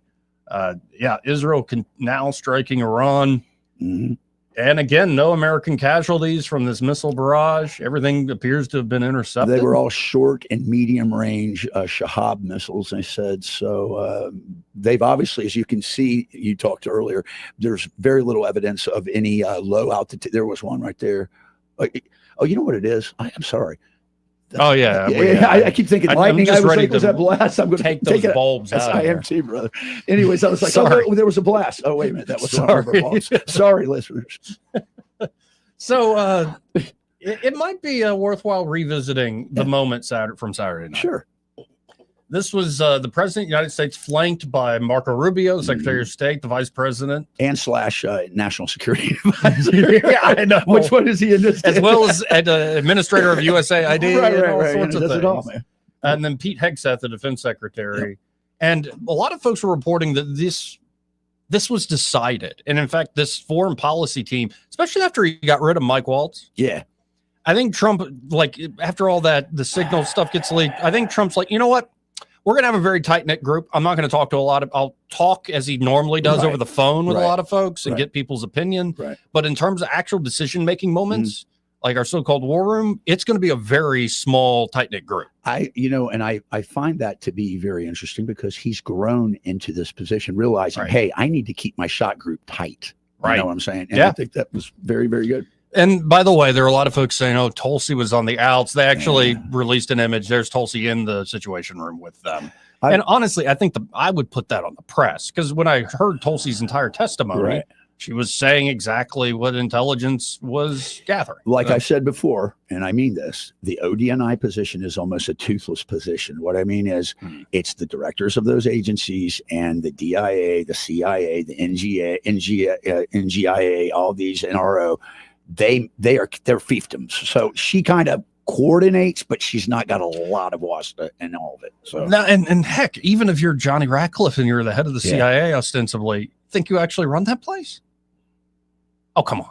Like, I just don't buy it. Like, if you wanted to run that place with an iron fist, no, there's no way. Well, you know the answer to this. The SESs, which are those senior civilian positions, which are the bureau chiefs of all that, that's the power brokers in it. Yeah. Did you hear it was Bannon talking to Tucker Carlson? I did see that. The whole story about Angleton. Yeah. This is after the JFK assassination. It's one of the guys, I can't remember the senator's name. I remember what you're talking about. And was he's kind of illuminating. And everybody's like, hey, you need to go talk. If you really want to know what the CIA is up to, go talk to Angleton. And they sit down and he does this whole dinner where they're buttering each other up, getting to know one another. And finally, he's like, being man enough, the senator was, and asked the question. And he asked the Angleton straight up, was the CIA involved in the assassination of JFK? Angleton's response is, do you know the Bible, sir? And he goes, yeah, well enough. I think the guy had been a pastor. The senator had been a pastor. And he goes, yeah, I know well enough. Old Testament, New Testament. He goes, yeah, in my father's house, there are many rooms. And so the senator's like, you know what? I'm not asking this guy any more question. Yeah, I did see that. Like there's that's from the 60s. I can't imagine what the world is today. Think about that though.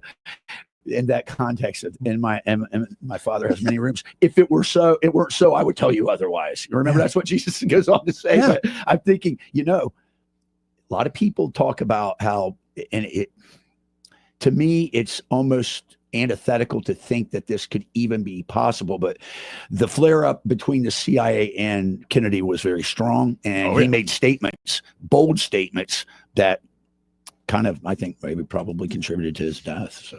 Yeah, well, and he was acting like, let's say, he was acting like an Andrew Jackson. He sure was. He was, he was old Hickory. He was acting like a president, like I'm running this thing, or heck, FDR really ran that thing in many ways. But a lot of institutions, let's say, were built after FDR died. Well, that's the thing. Yeah, OSS gave way to the CIA, and OSS had incredible latitude to do what they wanted because of the wartime that was going on.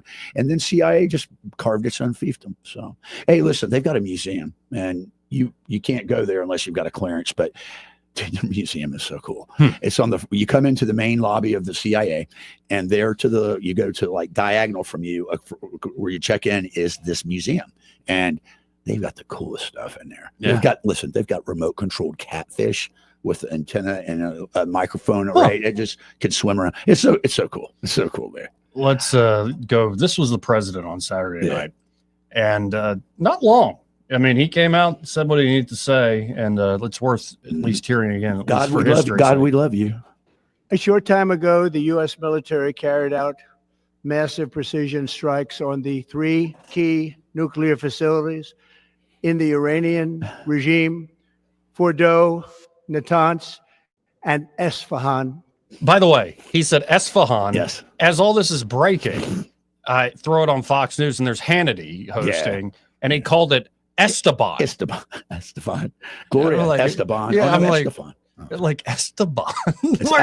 It's actually pronounced in modern standard Arabic, Istefan. So I thought he was about to start going, Emilio! Emilio! Anyway, you got some explaining to do. Let's hear the president. Everybody heard those names for years as they built this horribly destructive enterprise. Our objective was the destruction of Iran's nuclear enrichment capacity and a stop to the nuclear threat posed by the world's #1 state sponsor of terror. Tonight, I can report to the world that the strikes were a spectacular military success. Iran's key nuclear enrichment facilities have been completely and totally obliterated. Iran, the bully of the Middle East, must now make peace. If they do not, future attacks will be far greater and a lot easier. For 40 years, Iran has been saying death to America, death to Israel. They have been killing our people, blowing off their arms, blowing off their legs with roadside bombs. Amen. That was their specialty. We lost over 1,000 people, and hundreds of thousands throughout the Middle East and around the world have died as a direct result of their hate. In particular, so many were killed by their general, Qasem Soleimani. I decided a long time ago that I would not let this happen. It will not continue. I want to thank and congratulate Prime Minister Bibi Netanyahu. We worked as a team like perhaps no team has ever worked before. And we've gone a long way to erasing this horrible threat to Israel. I want to thank the Israeli military for the wonderful job they've done. And most importantly, I want to congratulate the great American patriots who flew those magnificent machines tonight, and all of the United States military on an operation the likes of which the world has not seen in many, many decades. Hopefully, we will no longer need their services in this capacity. I hope that's so. By the way, that shout out to Israel and to Netanyahu, that was quite a message. It's a bromance, man. It's great. I think that was a big message to a lot of people out there saying, no, we're tight. Yeah. We are truly friends. And it is hard to overstate how remarkable the entire B-2 operation is. It really is. And I want to back up for a minute. This, the profundity of what he said, it hit me. I have been involved in 2 IEDs, and in both of those incidents, some of the crew were killed. So of that 1,000 plus, there's 4 of them for sure that I know were, and I'm thinking, that's true, because they brought the idea of the EFP, which is an explosive form penetrator, added to the munition, which can penetrate armor. And I'm thinking 90% of the problems that we've had and will have in the future will be eradicated once the IRGC and Ayatollah are removed. So again, this is the president from Saturday night. I also want to congratulate the chairman of the Joint Chiefs of Staff, General Dan Raisin Kane, spectacular general, and all of the brilliant military minds involved in this attack. With all of that being said, this cannot continue. There will be either peace or there will be tragedy for Iran far greater than we have witnessed over the last 8 days. Remember, there are many targets left. Tonight's was the most difficult of them all, by far, and perhaps the most lethal. But if peace does not come quickly, we will go after those other targets with precision, speed, and skill. Most of them can be taken out in a matter of minutes. There's no military in the world that could have done what we did tonight. It's true. Not even close. There has never been a military that could do what took place just a little while ago. Tomorrow, General Kane, Secretary of Defense, Pete Hegseth will have a press conference at 8 a.m. at the Pentagon. And I want to just thank everybody, and in particular, God. I want to just say we love you, God, and we love our great military. Protect them. God bless the Middle East. God bless Israel, and God bless America. Thank you very much. Thank you. He's a changed man, I'm telling you. That assassination attempt, he had a profound, he had one of those epiphany moments as a spiritual awakening for him. You can tell he's more, There's something different. There is and something different. There really is. And he's more state-like. He's less arrogant. He's more no nonsense. And God he started to say something just because, God, we love you. He gets choked up a little bit. No, he did. He did. And I like that. I like seeing that. We're seeing Americans in Bahrain advised to exercise caution. Yeah. Same warnings for Kuwait. Same for Kuwait, yeah, because there's a huge presence of Shia in Bahrain and in Kuwait. So yeah, don't forget about I guess you have militias all over the place. You still got militias, and some of the 13 missiles were fired from Iranian proxy militias in Iraq and Syria. They were all intercepted. It said so. Yeah, I'd imagine the U.S. installments in that part of the world are very aware of the threats right around them. After that, like we took on the chin under that protest firing they did where we lost some people, and yeah, they've changed the force structure and the force protection structure big time. So yeah, remember the days when the U.S. ambassador is killed in Libya, and they're like it was because of a YouTube video. Yeah, what? Listen, well, I'm not always like there are professional conspiracy theorists out there, and not even the bad type, like a Seymour Hersh, who always said, no, that guy was helping to run weapons. Like he was a point person with a lot of the militias area, and they took him out, essentially, took the opportunity. What's it matter? They're dead. You remember that? Oh, man, did she just say that? Yeah. What's the matter? They're dead. Yeah. What difference at this point does it make? Because of you. Yeah, and it's a very different mentality at this point. Now, as the weekend continued and people are wondering what's Iran going to do and how does this affect, like the campaign promises and the MAGA movement, especially folks that don't want to get involved in some long protracted war or any war for that matter. Let's go to some of the folks from the administration. You, in fact, saw these guys behind President Trump as he was making that speech on Saturday night. First, let's go to the vice president. This is a clip from Meet the Press. And, he's asked about those who are weary of war in this country. I certainly empathize with Americans who are exhausted after 25 years of foreign entanglements in the Middle East. I understand the concern, but the difference is that back then we had dumb presidents, and now we have a president who actually knows how to accomplish America's national security objectives. So this is not going to be some long, drawn-out thing. We've got in. We've done the job of setting their nuclear program back. We're going to now work to permanently dismantle that nuclear program over the coming years, and that is what the president has set out to do. Simple principle. Iran can't have a nuclear weapon. That has animated American policy over the past 130 days. It's going to continue to be a driving force of our policy in the Middle East for the next 3.5 years. It's true.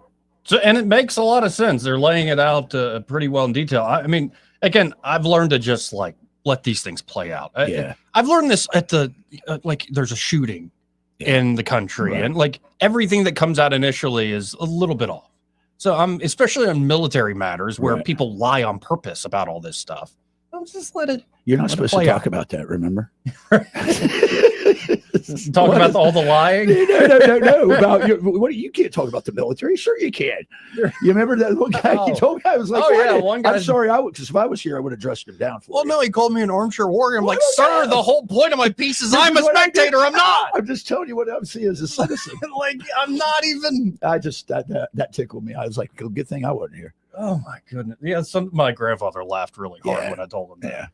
So this is now the Secretary of State as well as the National Security Advisor and all the other hats. Speaking of that, I really like Rubio. Lately, he's really impressed me overall. Well, he seems more comfortable in his own skin in these positions. He does. As he was as a senator. But here's Rubio with Margaret Brennan, this woman. I love her. This mission was a very precise mission. It had 3 objectives, 3 nuclear sites. It was not an attack on Iran. It was not an attack on the Iranian people. This wasn't a regime change move. This was designed to degrade and or destroy 3 nuclear sites related to their nuclear weaponization ambitions, and that was delivered on yesterday. What happens next will now depend on what Iran chooses to do next. If they choose the path of diplomacy, we're ready. We can do a deal that's good for them, the Iranian people, and good for the world. If they choose another route, then there'll be consequences for that. Before I keep going with this clip real quick, Trump put out this Truth Social post this morning. It's not politically correct to use the term regime change, but if the current Iranian regime is unable to make Iran great again, why wouldn't there be a regime change? MIGA, M-I-G-A, make Iran great again. So, yeah, the point of these strikes is not regime change, but the Israelis seem to continue that work. Yep. And again, that's something we should all be watching in the coming days and weeks. Let's hope it's days and weeks. This is, again, Margaret Brennan going to push back on the intelligence assessment. Follow up on a phrase you just word, weaponization ambitions. Are you saying there that the United States did not see intelligence that the Supreme Leader had ordered weaponization? That's irrelevant. I see that question being asked in the media. That's an irrelevant question. No, They have but that is everything the they need key to build a point in weapon. U.S. intelligence assessment. You know No, that. it's not. Yes, it was. No, it's that not. The political decision had not I know been that better made. than you know that, and I know that that's not the case. But You don't I'm know- asking you you don't whether know the what you're order talking was about. given. And the people who say that, it doesn't matter if the order was given. They have everything they need to build nuclear weapons. Why would you bury things in a mountain 300 feet under the ground? Right. Why would you bury why do they have 60% enriched uranium? You don't need 60% enriched uranium. The only countries in the world that have uranium at 60% are countries that have nuclear weapons.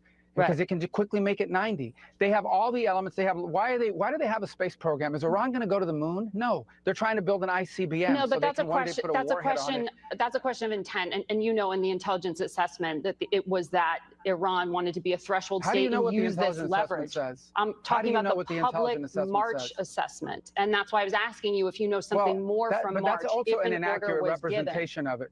That's an accurate representation of it. That's not how intelligence is read. That's not how intelligence is used. Here's what the whole world knows. Now, forget about intelligence. What the IAEA knows. They are enriching uranium well beyond anything you need for a civil nuclear program. So why would you enrich uranium at 60%? Right. If you don't intend to one day use it to take it to 90 and build a weapon. Right. Why are you developing ICBMs? Why do you have 8,000 short-range missiles and 2,000 to 3,000 long mid-range missiles that you continue to develop? Why do you do all these things? They Understood. have everything they need for a nuclear weapon. They have the delivery mechanisms. They have the enrichment capability. They have the highly enriched uranium that is stored. Yes. That's all we need to see. Right. Well, and especially in the hands of a regime that's already involved in terrorism and proxies and all kinds of things around. They are the source of all Yes, and no one's in the Middle East. disputing. No one's disputing that. I'm not doing that here. And they were censured at the IAEA for that enrichment and for violating. Censured by the IAEA. You shouldn't be doing that. Man, I hate it when I'm censured by anybody, I think they like that. let alone an international body. Agreements. I was simply asking if we had intelligence that there was an order to weaponize, because you said weaponization ambitions. Well, we which have implies intelligence that they have weren't everything doing they it. need to build a nuclear weapon, and that's more than enough. Okay. And more importantly, the Israelis did. Yeah. Do you think they pull that trigger unless they thought that they were very, very close? They said they were actually just a matter of weeks out, maybe. I mean, part of me is like, if I put on my cynic's hat, it could be that is a justification, and the real reason is Iran is weak right now. Yeah. And so we see this opening of how weak they are. Yeah. This is the time to strike. Absolutely. Because, again, this latent deterrent has been around for a while. The master of the fuel cycle for the Iranians has been around for a while. This is why you see clips of Bibi Netanyahu going back, 25 years, saying they're weeks, if not months away. Now, some of this, in the meantime, over there's 20 years, the Israelis do, Stuxnet? Yeah. The Stuxnet virus. Stuxnet virus. That pretty incredible. Listen. Okay, here's your top awards for human intelligence activities. It's all Israel. It's like all Israel. It's like the drone, the pagers, the Fordness, the virus that knocked out the centrifuges. Oh, wait a minute. What about the attacks of Ukraine? I'm telling you right now, I have credible reporting that shows that Mossad trained the Ukrainians to do that drone attack. You said that on this show before and anybody now else I'm said seeing a lot more. I'm seeing a lot more on that. And it's just, they get the best mentor award, the best attack award. I mean, they win it. They win it all. They always get the prizes. 272-9228. That's 334-272-9228 if you want to get in on the conversation. There are some voices of dissent. In a second, we'll go to Thomas Massie. Yeah. Also, JD Vance. Well, let's play this now. JD Vance offers some advice to Iran, because all these folks did the Sunday show rounds. This is from ABC's Sunday show, where Vance, put out this advice to the Iranians. For is if they attack us in a maximal direction, first of all, we've got maximum defensive posture. I think that we're going to be able to defend as many of our people as possible. And of course, I'd encourage Americans to pray for our guys in the Middle East because, yes, they are under a significant amount of duress and a significant amount of threat right now. But then, of course, John, if the Iranians attack us, they're going to be met with overwhelming force.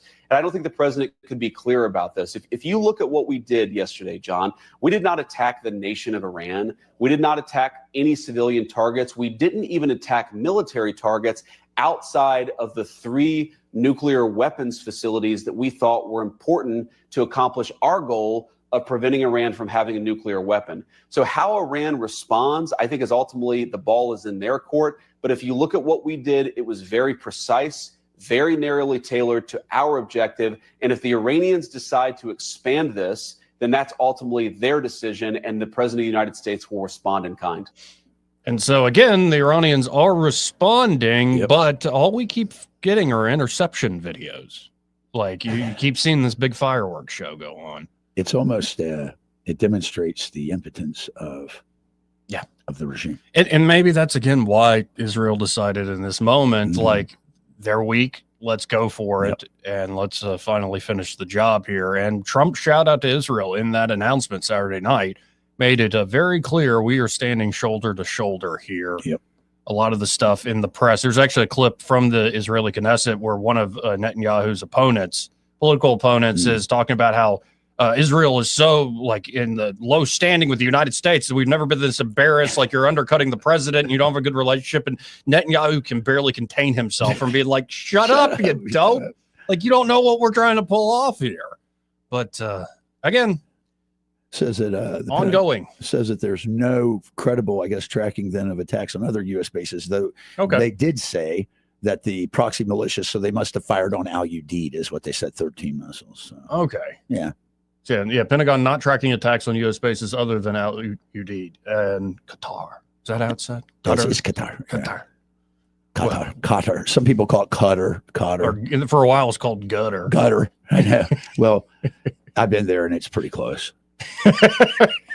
This part of the program brought to you by Alabama Home Mortgage. Great folks there at Alabama Home Mortgage, ready to help you out in what is becoming a busy housing market. I know, that's good, right? Whether you're looking to purchase a home, especially if you're a first-time home buyer, and they can walk you through that process from pre-approval all the way to closing day, or you're looking to refinance that home. Could be you're looking to get credit card debt off your back. Right. Especially what APRs are like 29%, 32%. I know, it's crazy. If you're stuck under that sort of credit card debt with that sort of interest rate, why not? If you have equity built up in your home, use it to get that debt off your back. Or it could be you're looking to bring down monthly overhead cost as you get close to retirement or you're in retirement. It could be you want to reinvest in yourself, your property, your family. They can help you with all those goals there at Alabama Home Mortgage. And of course, they specialize in helping veterans. They know the latest VA home loan programs. And, you know, there are a lot of places that don't do that extra legwork that Alabama Home Mortgage does, being hip to the latest. The turnaround time for VA loans is like 2 weeks. Yeah, it's amazing. I mean, that's who does that? Especially, if you're a veteran, you haven't even looked into this, at least call them up. That number, 567-4223. That's 567-4223. Or you can always apply online at myalabamahomemortgage.com. There is a difference in mortgage companies like Kim and Madeline. Prove that to you today. NMLS number 1586368, an equal housing lender. Want to carry News Talk in your pocket? Download the News Talk 93.1 app from the App Store. Available on iPhone and Android. Never miss a moment. Download now. This is David Ernest from the Health and Wealth Show. We like to cut up and have fun, maybe poke a little fun at some politicians. But we don't take ourselves too seriously. One thing we do take seriously is your personal finances and your plans for retirement. You can tell by listening, we're a little different. Yeah, we like to have a good time on the radio, but we're dead serious about your financial future and helping you achieve your goals. At Ernest Financial, we're committed to giving you the attention you need. We don't treat you like a number. You're way more important to us. At Ernest Financial, it's about helping you today and preparing you for tomorrow. People call us who are on the verge of retirement, and they know they need a plan for the future. No matter where you are in life, Ernest Financial will help guide your every step towards retirement. Give us a call and let us show you what our individual customer attention can do for your future. Concerned about your retirement? Call David Ernest toll-free at 833-596-7233. That's 833-596-SAFE.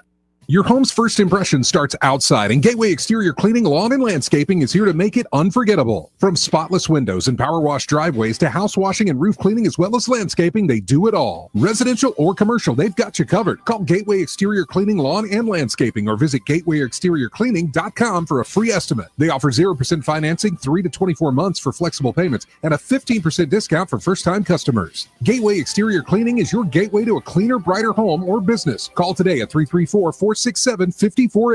Are you tired of the mainstream media's biased reporting? Do you want to stay informed on the news that really matters to you? Look no further than 1819 News. At 1819 News, we bring you the latest in Alabama news, politics, sports, culture, and more. We've assembled a team of journalists with Alabama values dedicated to the truth and the truth alone. Visit us at 1819news.com today. That's 1819news.com. Subscribe to our newsletter. Honest News, Alabama Values. This hour of news and views is brought to you by our good friends at Alabama Home Mortgage. Alabama Home Mortgage, 567-4223. Visit them on the web at myalabamahomemortgage.com. NMLS number 1586368.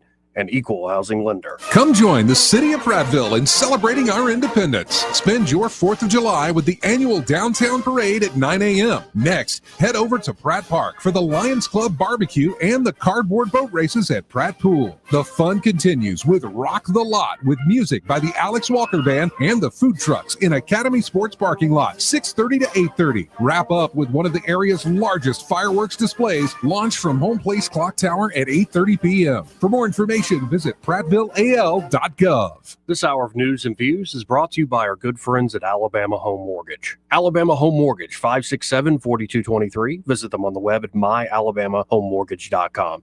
NMLS number 1586368. An equal housing lender. Rich Thomas Weather, brought to you by Clark Heating, Air, and Plumbing. Hey, this is Robbie Clark. Stay cool with a spring tune-up with Clark Heating, Air, and Plumbing. Don't wait. Schedule today. Give us a call at 334-277-2125. Alabama certification number 09098. Rich Thomas Weather. Well, hi, everybody. It's only June, but we've got a case of the midsummer muggies. The risk of some evening storms tonight, 20% or less. Overnight low temperature down to about 74. Then for tomorrow, Wednesday and Thursday, look for highs in the upper 90s with the rain chances under 20% and heat indices near or above the 105 danger range.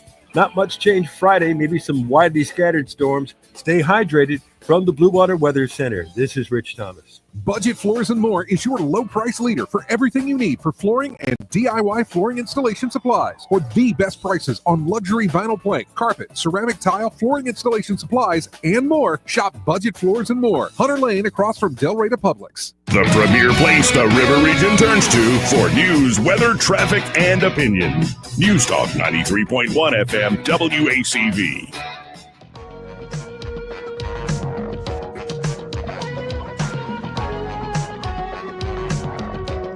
Joey Clark. Welcome back. No Iranian missiles have reached U.S. base in Qatar. No damage reported. And only six. Only six again. Well, though. That's wow. Mm-hmm. Yeah, maybe this whole theory of they were just that weak is why this all happened now. I believe it is. But yeah, if you are that weak and you're still projecting, like we said earlier, very provocative messages to the world, that's a deadly combination. What are you going to do? You're going to back down and say, well, okay, you're right. We give up. I just don't see that happening. I think that they're going to ride the horse till it dies. And because let's be honest, the revolution, the Islamic revolution is at stake here, and they're going to do it. Now, I read my op-ed earlier, and I would love to have you read yours. Before you do that, though, you brought another flag today, one I'm somewhat familiar with. Yeah, it is. So, but I was too until I really started researching on it. So it's called the pine tree flag, or an appeal to heaven, or in some cases an appeal to God, you might see on it. But this is the official one. So there was something called the Pine Tree Riot in 1721 in Vermont. And there was a law in the books that the British had, who said you cannot fell any white pines that are greater than 12 inches in diameter because they were used for mast on the Royal Navy ships. So people started chopping it down, and finally this governor and sheriff started to enforce the law there, and they came up with this flag. So that's really where it started in 1721. It became into fame, and the term "an appeal to heaven" is actually contained in John Locke, a political philosopher from England, in his second treatise on government, where he says that an appeal to heaven is nothing more than an act of good revolution against an unjust government. So that was where that came from. It flew at Bunker Hill. It actually was used by the U.S. Navy as their first flag on 6 scows that they used, 6 scows on the Hudson River fighting the British. So it's got a proud history. Today, you kind of see it in some ultra-right movement people, but the history of it is undeniable, and it's just a great flag. It's a great flag. Well, I'm always loving, like, every time you show up here for the most part. I've got to get some new flag. ones because you like the history part of it, and there's some really good ones that I want to get. So, but would you like to share your op-ed? Sure, yeah. I think I can do this pretty quick. In keeping with the theme, Joey, on Machiavelli, upon realpolitik, about the new Pax Americana that I believe we're on the precipice of, I tender this piece. It's called "America's Unclaimed Mantle: Trump's Gambit on global stability." In light of the recent strikes over the weekend at multiple sites throughout Iran, and based upon the questions I'm receiving via email from many readers, I thought it would be helpful to understand how we find ourselves in such a difficult, dynamic, and potentially dangerous paradigm of current international arena affairs. If I sound hawkish, then I have adequately relayed the sense of urgency for the United States and in its future foreign policies. Since the Soviet Union's collapse in 1991, the United States has stood as the world's sole superpower, unmatched in military might, economic dominance, and cultural influence. Yet successive administrations have shirked the responsibility that comes with this status, creating a vacuum of leadership that has fueled global instability. Now, from the Balkans to the Middle East, from North Korea to Ukraine, the absence of decisive American stewardship has left the world contentious and uncertain. Under President Donald Trump, however, the United States has begun to reclaim its mantle, setting the stage for a more peaceful and prosperous global order by embracing its role as the indispensable nation. The post-Cold War era offered America a historic opportunity to shape a stable world. Instead, leaders from both parties pursued half measures or outright retreat. Bill Clinton's reluctance to act decisively in Bosnia delayed peace, measured by thousands of lives. George W. Bush's ambitious nation-building plans in Iraq and Afghanistan drained resources while failing to secure lasting stability. Barack Obama's leading from behind, quote unquote, in Libya and Syria emboldened autocrats and terrorists, while his pivot to Asia left Europe vulnerable to Russian aggression. Joe Biden's chaotic Afghanistan withdrawal in 2021, which we just talked about, Joey, a watershed for a failure, in my opinion, in foreign policy, signaled weakness, inviting further challenges from adversaries such as China and Iran. These missteps share a common flaw: a failure to wield America's unparalleled power with confidence and clarity. The consequences are evident. China's rise, unchecked by a distracted America, threatens economic and military balance in the Indo-Pac region. Russia's invasions of Georgia and Ukraine expose the limits of Western resolve. Iran's nuclear ambitions and proxy wars flourish in the absence of American deterrence, until now. Meanwhile, global trade disputes and energy crisis fester as no other nation can replicate America's ability to coordinate and enforce international norms. The world craves a leader, but America has too often abdicated, leaving allies uncertain and adversaries emboldened. Enter Donald Trump. His presidency, particularly his second term, marks a turning point. Trump understands that the superpower status demands action, not apology, and embodiment of realpolitik. His America First doctrines is not isolationism unlike the many ignorant MAGA folks who are suggesting. If they were paying attention to what Trump was doing and saying, it would be obvious to them that it was a call to prioritize U.S. interests while leveraging its strength to stabilize the world, not to retreat from it. By rebuilding the military, securing energy independence, and confronting adversaries head on, Trump has restored America's credibility as the global force to not be trifled with. Further, if anyone believes there's a world where a nuclear-armed Iran is acceptable, then we need to ensure that there is adequate amounts of remedial training for these myopic citizens. Consider his foreign policy record. Trump's maximum pressure campaign on Iran crippled its economy, curbing its regional mischief.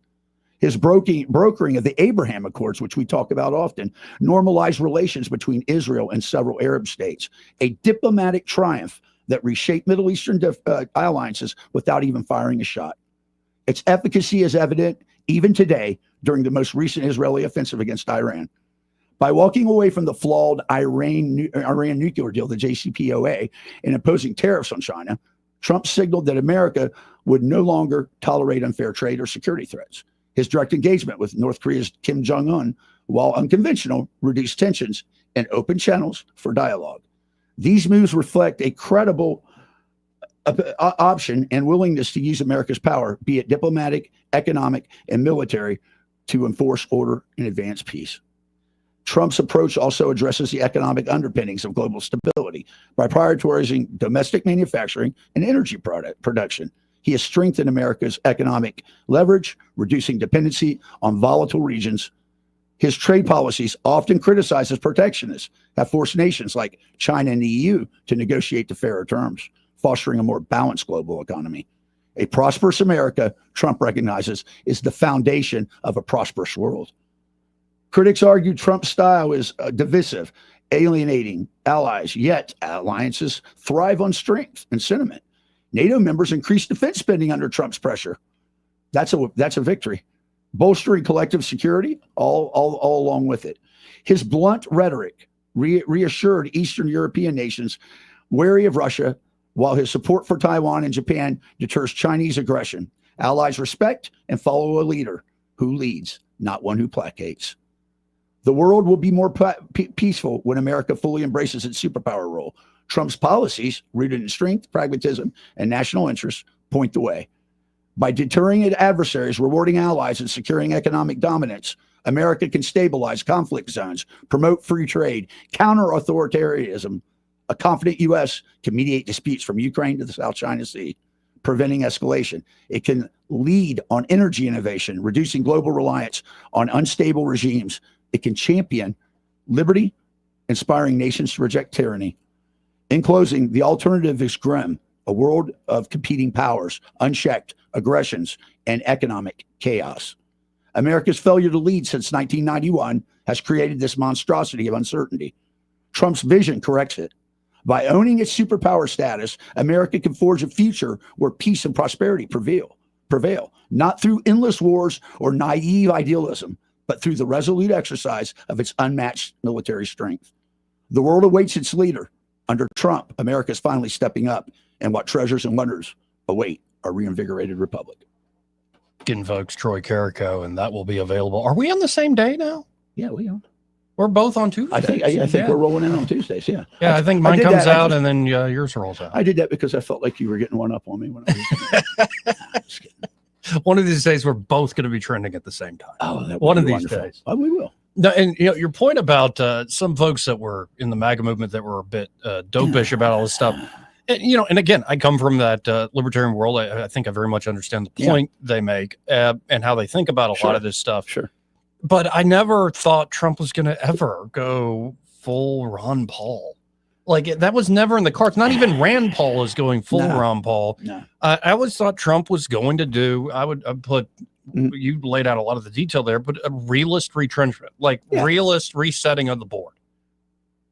I mean, like it's common sense, but there is this element of MAGA people that believe that Putin good, Russia good, Ukraine bad, and global adventures. We can't be doing that. It's fascinating, and we got to hit a break here. But like, there's an old George Orwell essay on nationalism. Yes, and at one point he talks about how it's not just like you have pride without any critical skills for your own nation, and that certainly can happen. That rally around the flag effect, especially in times of war. Right. But you can have this complete opposite effect that you don't like your own government so much you start embracing the nationalism of foreign nations. It's very and it's kind of out of a like, I don't trust my own government, so I'm going to listen to the other guys. These guys look good. And it's like, no, maybe you don't trust anybody. I mean, it should be a pretty good. Russia's very trustworthy. Probably, I could understand how they have that longing, I guess. Yeah. Steven Seagal. Listen, oh my God, Steven Seagal. He used to be so bad, but not anymore, man. He's just dumb, I guess. He's just an old man. His action movies are getting worse and worse. I haven't seen any of his action movies. Though. He's a big boy. They're very comical. He looks like Orson Welles. If they do this new Naked Gun with Liam Neeson, they have to have a cameo with Steven Seagal. They have to. They got to. It's got to be in there. And it would probably be really good. Anyway, we got to hit this break. First, this part of the program brought to you by Montgomery Men's Health. And they're Montgomery Men's Health. They can help you fellas out, especially if you just don't feel like yourself. No motivation, lack of energy, always tired, perhaps seeing unwanted weight gain, loss of muscle mass, even a decrease in your sex drive. That's no fun. Mental fogginess. It's just it really is wretched. It's very real. So it could be low testosterone. Knowing whether or not you have low T is huge in combating some of these issues. So why not get by Montgomery Men's Health? And they'll do a testosterone-focused lab workup plus a consultation for only $99. Really, it's a quick blood draw. Ask you a few basic quality of life questions, and then they'll get your score back. If you do have low T, they have treatments there that could truly change men's lives, including stuff. Yeah, same day. Same day, man. That's crazy. Men after these treatments can experience higher energy, better gains in the gym. Brother. That's right, brother. Better mental clarity, improved sleep patterns, a faster metabolism. You usually even notice an increased libido. And you can actually book the same day you call. Just call them up, 440-3663. That's 440-3663. Or go to MontgomeryMen'sHealth.com to book your appointment today. He may not know whether he's coming or going, but whether you're going to work or coming home, Greg Budell is there. Mornings, 6 till 9, and afternoons, 3 till 6. Only on News Talk 93.1 FM, WACV. For reliable electrical services in Central Alabama, trust the experts at Crosby Electric. Crosby's licensed and insured electricians are ready to tackle any project for your home. From troubleshooting, repairs, to installing new lighting and preventive maintenance. And Crosby understands the need for quality service for small business. Crosby is big enough for the largest job, yet small enough to bring real value. Visit CrosbyElectric.com to schedule your service. Crosby, powering Central Alabama with excellence. If you need to hire, it seems like the whole process can be exhausting. You search resumes, wait for the right candidates to apply, set up initial interviews. It's a lot of time and work. Well, what if you could meet with qualified candidates for your job the very next day? Now you can with Zip Intro from ZipRecruiter. And right now, you can try it for free at ZipRecruiter.com/radio. Zip Intro is super easy to use. You simply pick a time, and it does all the work of finding and scheduling qualified candidates for you. Then you can choose who you want to talk to and meet with great people on back-to-back video calls as soon as the next day. Best of all, you save time and energy. Try Zip Intro for free right now at this exclusive web address, ZipRecruiter.com/radio. Zip Intro. Post jobs today, talk to qualified candidates tomorrow. Once again, go to ZipRecruiter.com/radio to try it for free. That's ZipRecruiter.com/radio. Hello there, this is Dr. Sam, account executive with Blue Water Broadcasting. Why should you advertise with us? Frequency sales. The more ads you can get on the air, the better the chance it'll make an impact. Radio allows advertisers an inexpensive way to get their voice heard over and over again. Contact me, Dr. Sam, by going to BlueWaterBroadcasting.com to find out more. Blue Water Broadcasting, local folks helping local business. The Montgomery Biscuits are proud to honor our military. Every Wednesday at Riverwalk Stadium, on behalf of the Biscuits, active, veteran, and retired military personnel with military ID receive admission, food, and drink discounts throughout the ballpark. Also, fans can stop by the Club Car Bar to get $5 craft beer drafts. Thank you to our military and first responders for all that you do. For tickets and more information, visit biscuitsbaseball.com or call the box office at 323-BALL. This hour of news and views is brought to you by our good friends at Alabama Home Mortgage. Alabama Home Mortgage, 567-4223. Visit them on the web at myalabamahomemortgage.com. NMLS number 1586368. An equal housing lender. Trustworthy, accurate, immediate. carrying your voice across the river region. News Talk 93.1 FM WACV.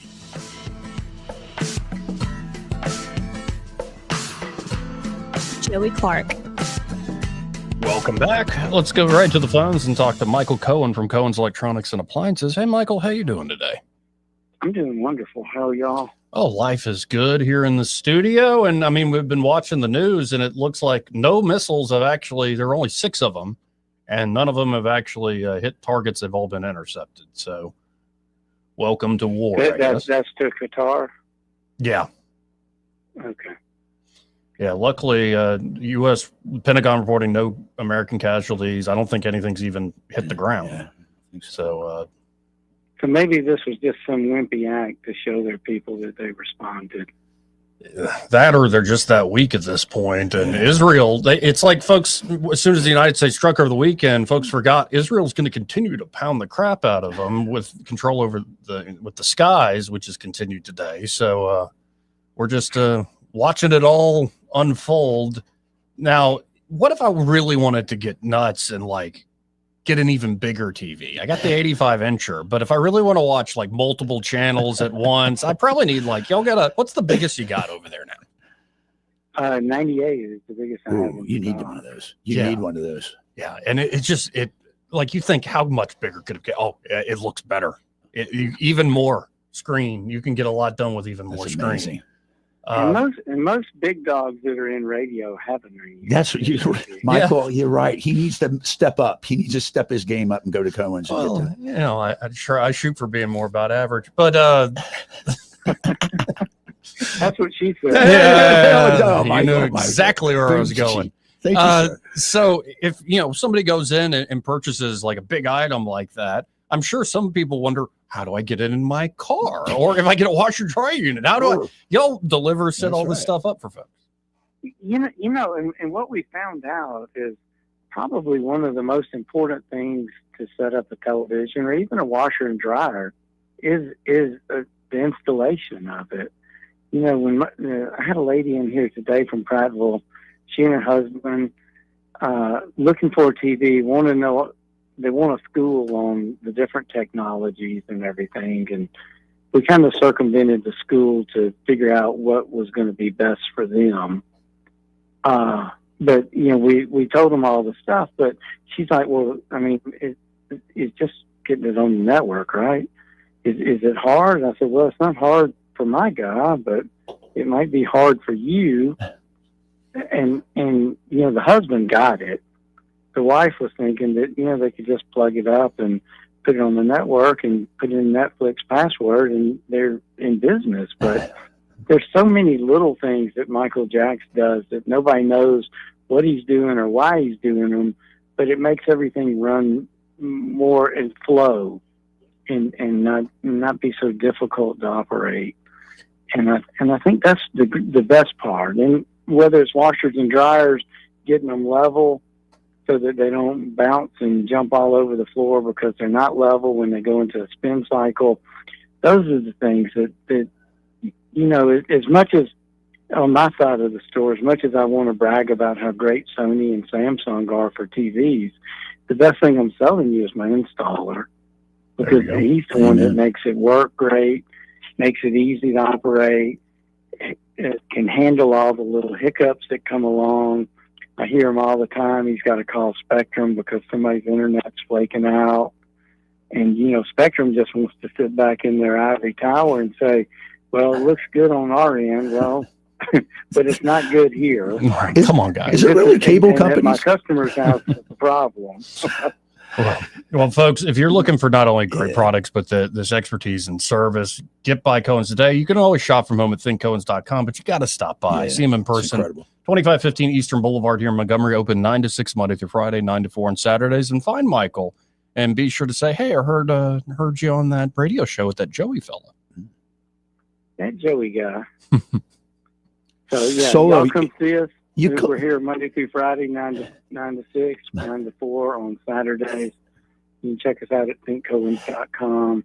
But the best way is to come in and see us and, bring us some pictures of what you're trying to upgrade and ask us some questions, let us ask you some questions, and let us help you make the right choice for whatever your needs are.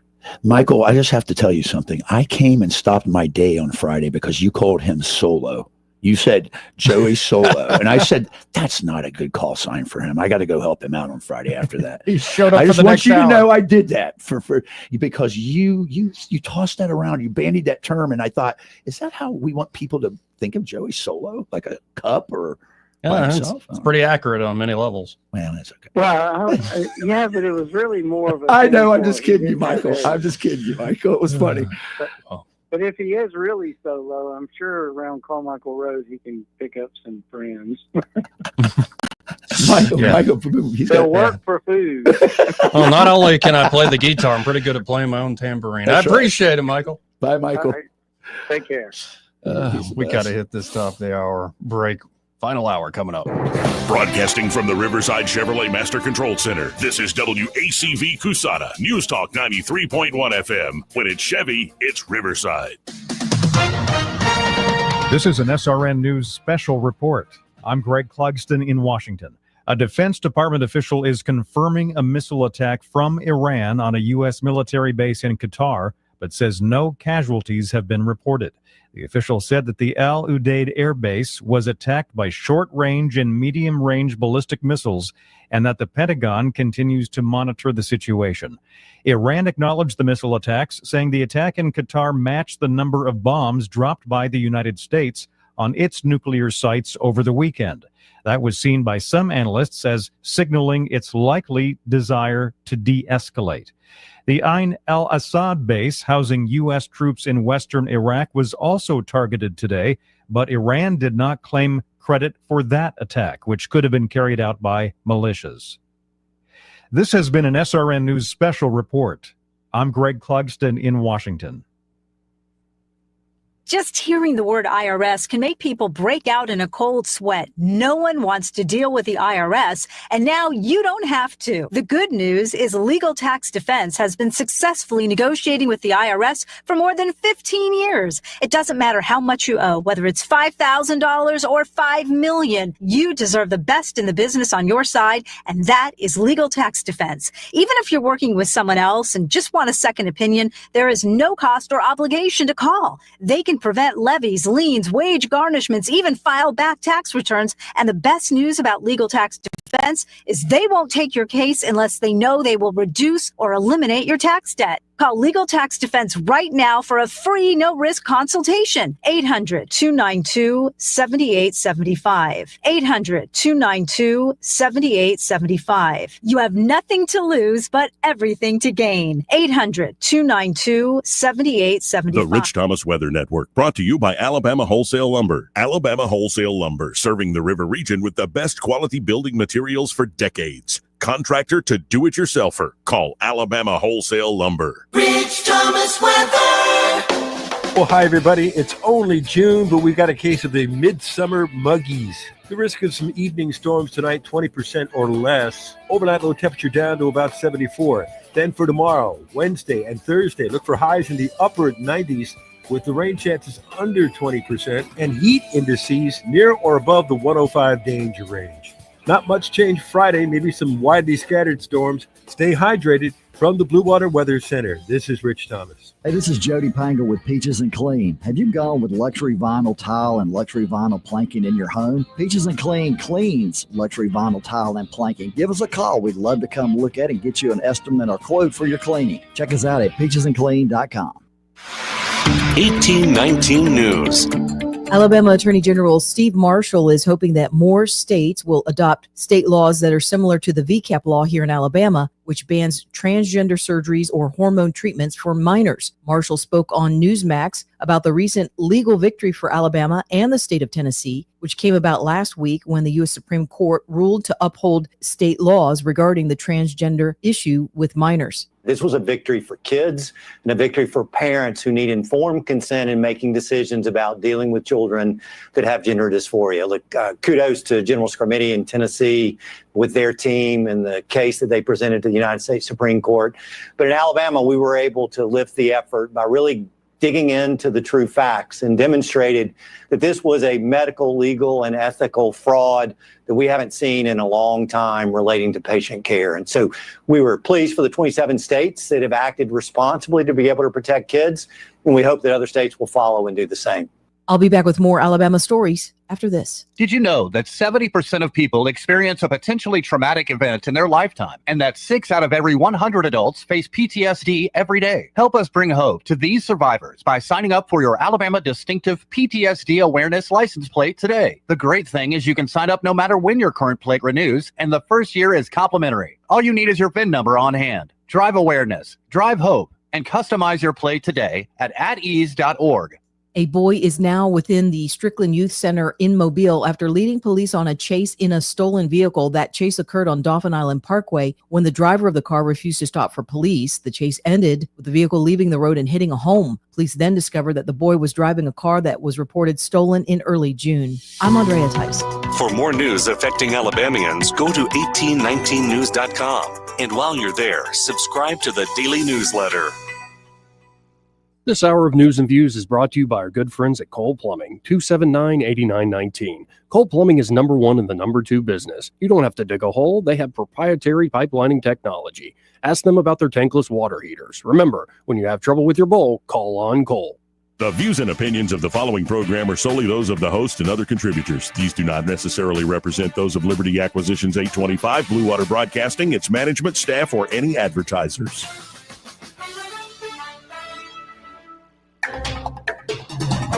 It's time for Montgomery's conversational radio show. It's News and Views on News Talk 93.1 FM. To join the conversation, call 272-9228. Joey Clark. Welcome back. Final hour of the program. Just looking at the wire and looking on the TV news, looks like nothing has actually hit the ground, actually hit target. A big nothing burger, nothing ever happens. So that's what we say in the military. Nothing burger, nothing ever happens. Yeah, the stretches of nothing happening and the boredom that sets in is very real. I tell you, if someone goes, what's combat like? Well, it depends on where you're at, but in many cases, it's 2 weeks of absolute, just mind-numbing, normal, just nothing, and then 3 minutes of holy hell, and right back to that. So, well, welcoming back to the show. You set this up. Yeah, I appreciate it, Troy. We have Colonel Chuck Holland. Chuck, how you doing today, sir? I'm doing great, Joey. Nice to hear you, man. Good to have you on the program. Well, first, just your initial reaction to what happened over the weekend, what we've seen happen today. What's your reaction? Well, I just to put some context on things, it's really, I think people forget how dangerous the world is once the bipolar nuclear world went away. When the Soviet Union collapsed and we suddenly ended up with 5 countries with nuclear weapons, Belarus and Ukraine, all of that. That actually, it wasn't like the danger went away because the Soviet Union wasn't anymore. It actually increased exponentially. And, back in the day when we just had 2 nuke powers, we actually understood each other pretty well. I mean, there were we had the Cuban Missile Crisis, some other stuff, and some proxy wars on, but we basically understood each other, and the new thing was sort of hands off. And we had we had a red line we could communicate with the United States and the Soviet Union. We understood the dangers inherent in those weapons, and we sort of talked to each other in code. We get ready to do a big exercise in Europe. We would let them know, we're just doing exercise. Sometimes their observers would be there, and then all of a sudden that went away, and all of a sudden you got places like Iran popping up with potential nuclear weapons, and Pakistan and India, and it just wasn't like there's any controls over it anymore. And so, what just happened had to happen. We can't allow these crazy terrorist states to have their hands on these ultimate weapons that can cause so much damage. And, 20, 30 years ago, that probably wouldn't have been the case. And now we're facing it. And so my reaction is, well done. And well, I didn't cut him off. Somebody cut him off. The last time we had him on, we lost the internet, too. Daggone. Call us back, Chuck. Yeah. Retired Air Force colonel. You know, here's the thing. Chuck Holland. Listen, these Air Force guys, they need so much help. They need so much help. I hope my grandfather's listening. No, I hope he is. No, sir, he's a wrench turner. He's where the rubber meets the road. He's getting crap done. All right, not drinking coffee and pontificating over doctrine. And it is amazing. He's part of a military that it doesn't exist in the same way anymore. No. But I think he was in Puerto Rico in Cuban Missile Crisis. Wow, yeah, really? Yeah, I bet he's got some stories. I think we have the colonel back. I don't know what happened there, but how you doing? Well, we had trouble last time too, so I don't know. It's either, I guess it is me, I don't know. But anyway, I'm not sure how far I got along, but just basically, this new world we're in now is infinitely more dangerous than it was when the United States and the Soviet Union were squared off with each other. And I'm not sure people understand that, but the bipolar nuclear world was stable and something everybody sort of understood. And what we have now is a lot more dangerous. And what needed to be done was done. And my only question was what took so long. Yeah, there you go. And now, what do you make of this so-called latent deterrent? Like Iran has been flexing that we have the capability to master the fuse cycle. We have enriched up to 60%. To me, that's like the dumbest deterrent ever. It's provocative without having anything to back it up. No, it is really. Yeah, I think they're just searching for some way to have a bigger footprint in the world, more legitimacy or whatever, and they're grasping at straws. But you're absolutely right. You know, threatening that we have the potential to make a weapon, so you need to give us respect. That just seems stupid, and it's asking for trouble. And like the FAFO, and they're in the FO stage. They're in the FO, and that's what happens. They were effing around and making noise, and Israel's not going to stand for that, and apparently neither is the United States. So, but sir, we talked about this last night on my porch. Actually, and one of the things that we know to be true is that Iran has, as you said, been FAing, and the problem is this: they're too far in now, and they have been so thoroughly degraded. I don't know if you saw the amount of missiles that were fired were a number of 6, and they were all intercepted before they even hit the airspace, Joey. It said, by probably naval SM missiles. So is this a sign of impotence, or is this a sign of futility, or is there something else you think that's going on?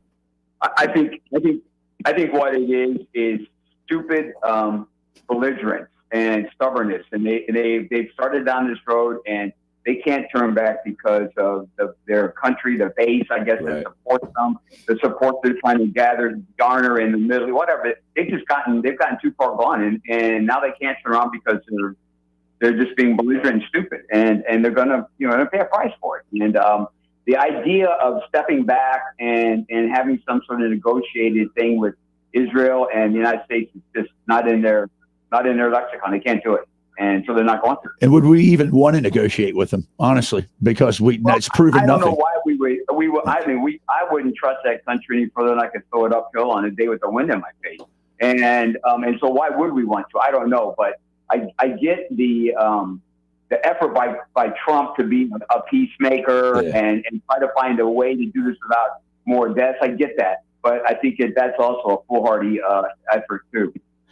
I don't think they can be trusted. So, hey, why don't you tell the listeners? I think you got a great story about your start time with when you were a SAC and how hard it is. Just how hard is it to really validate and inspect and keep track of all this weapons and things?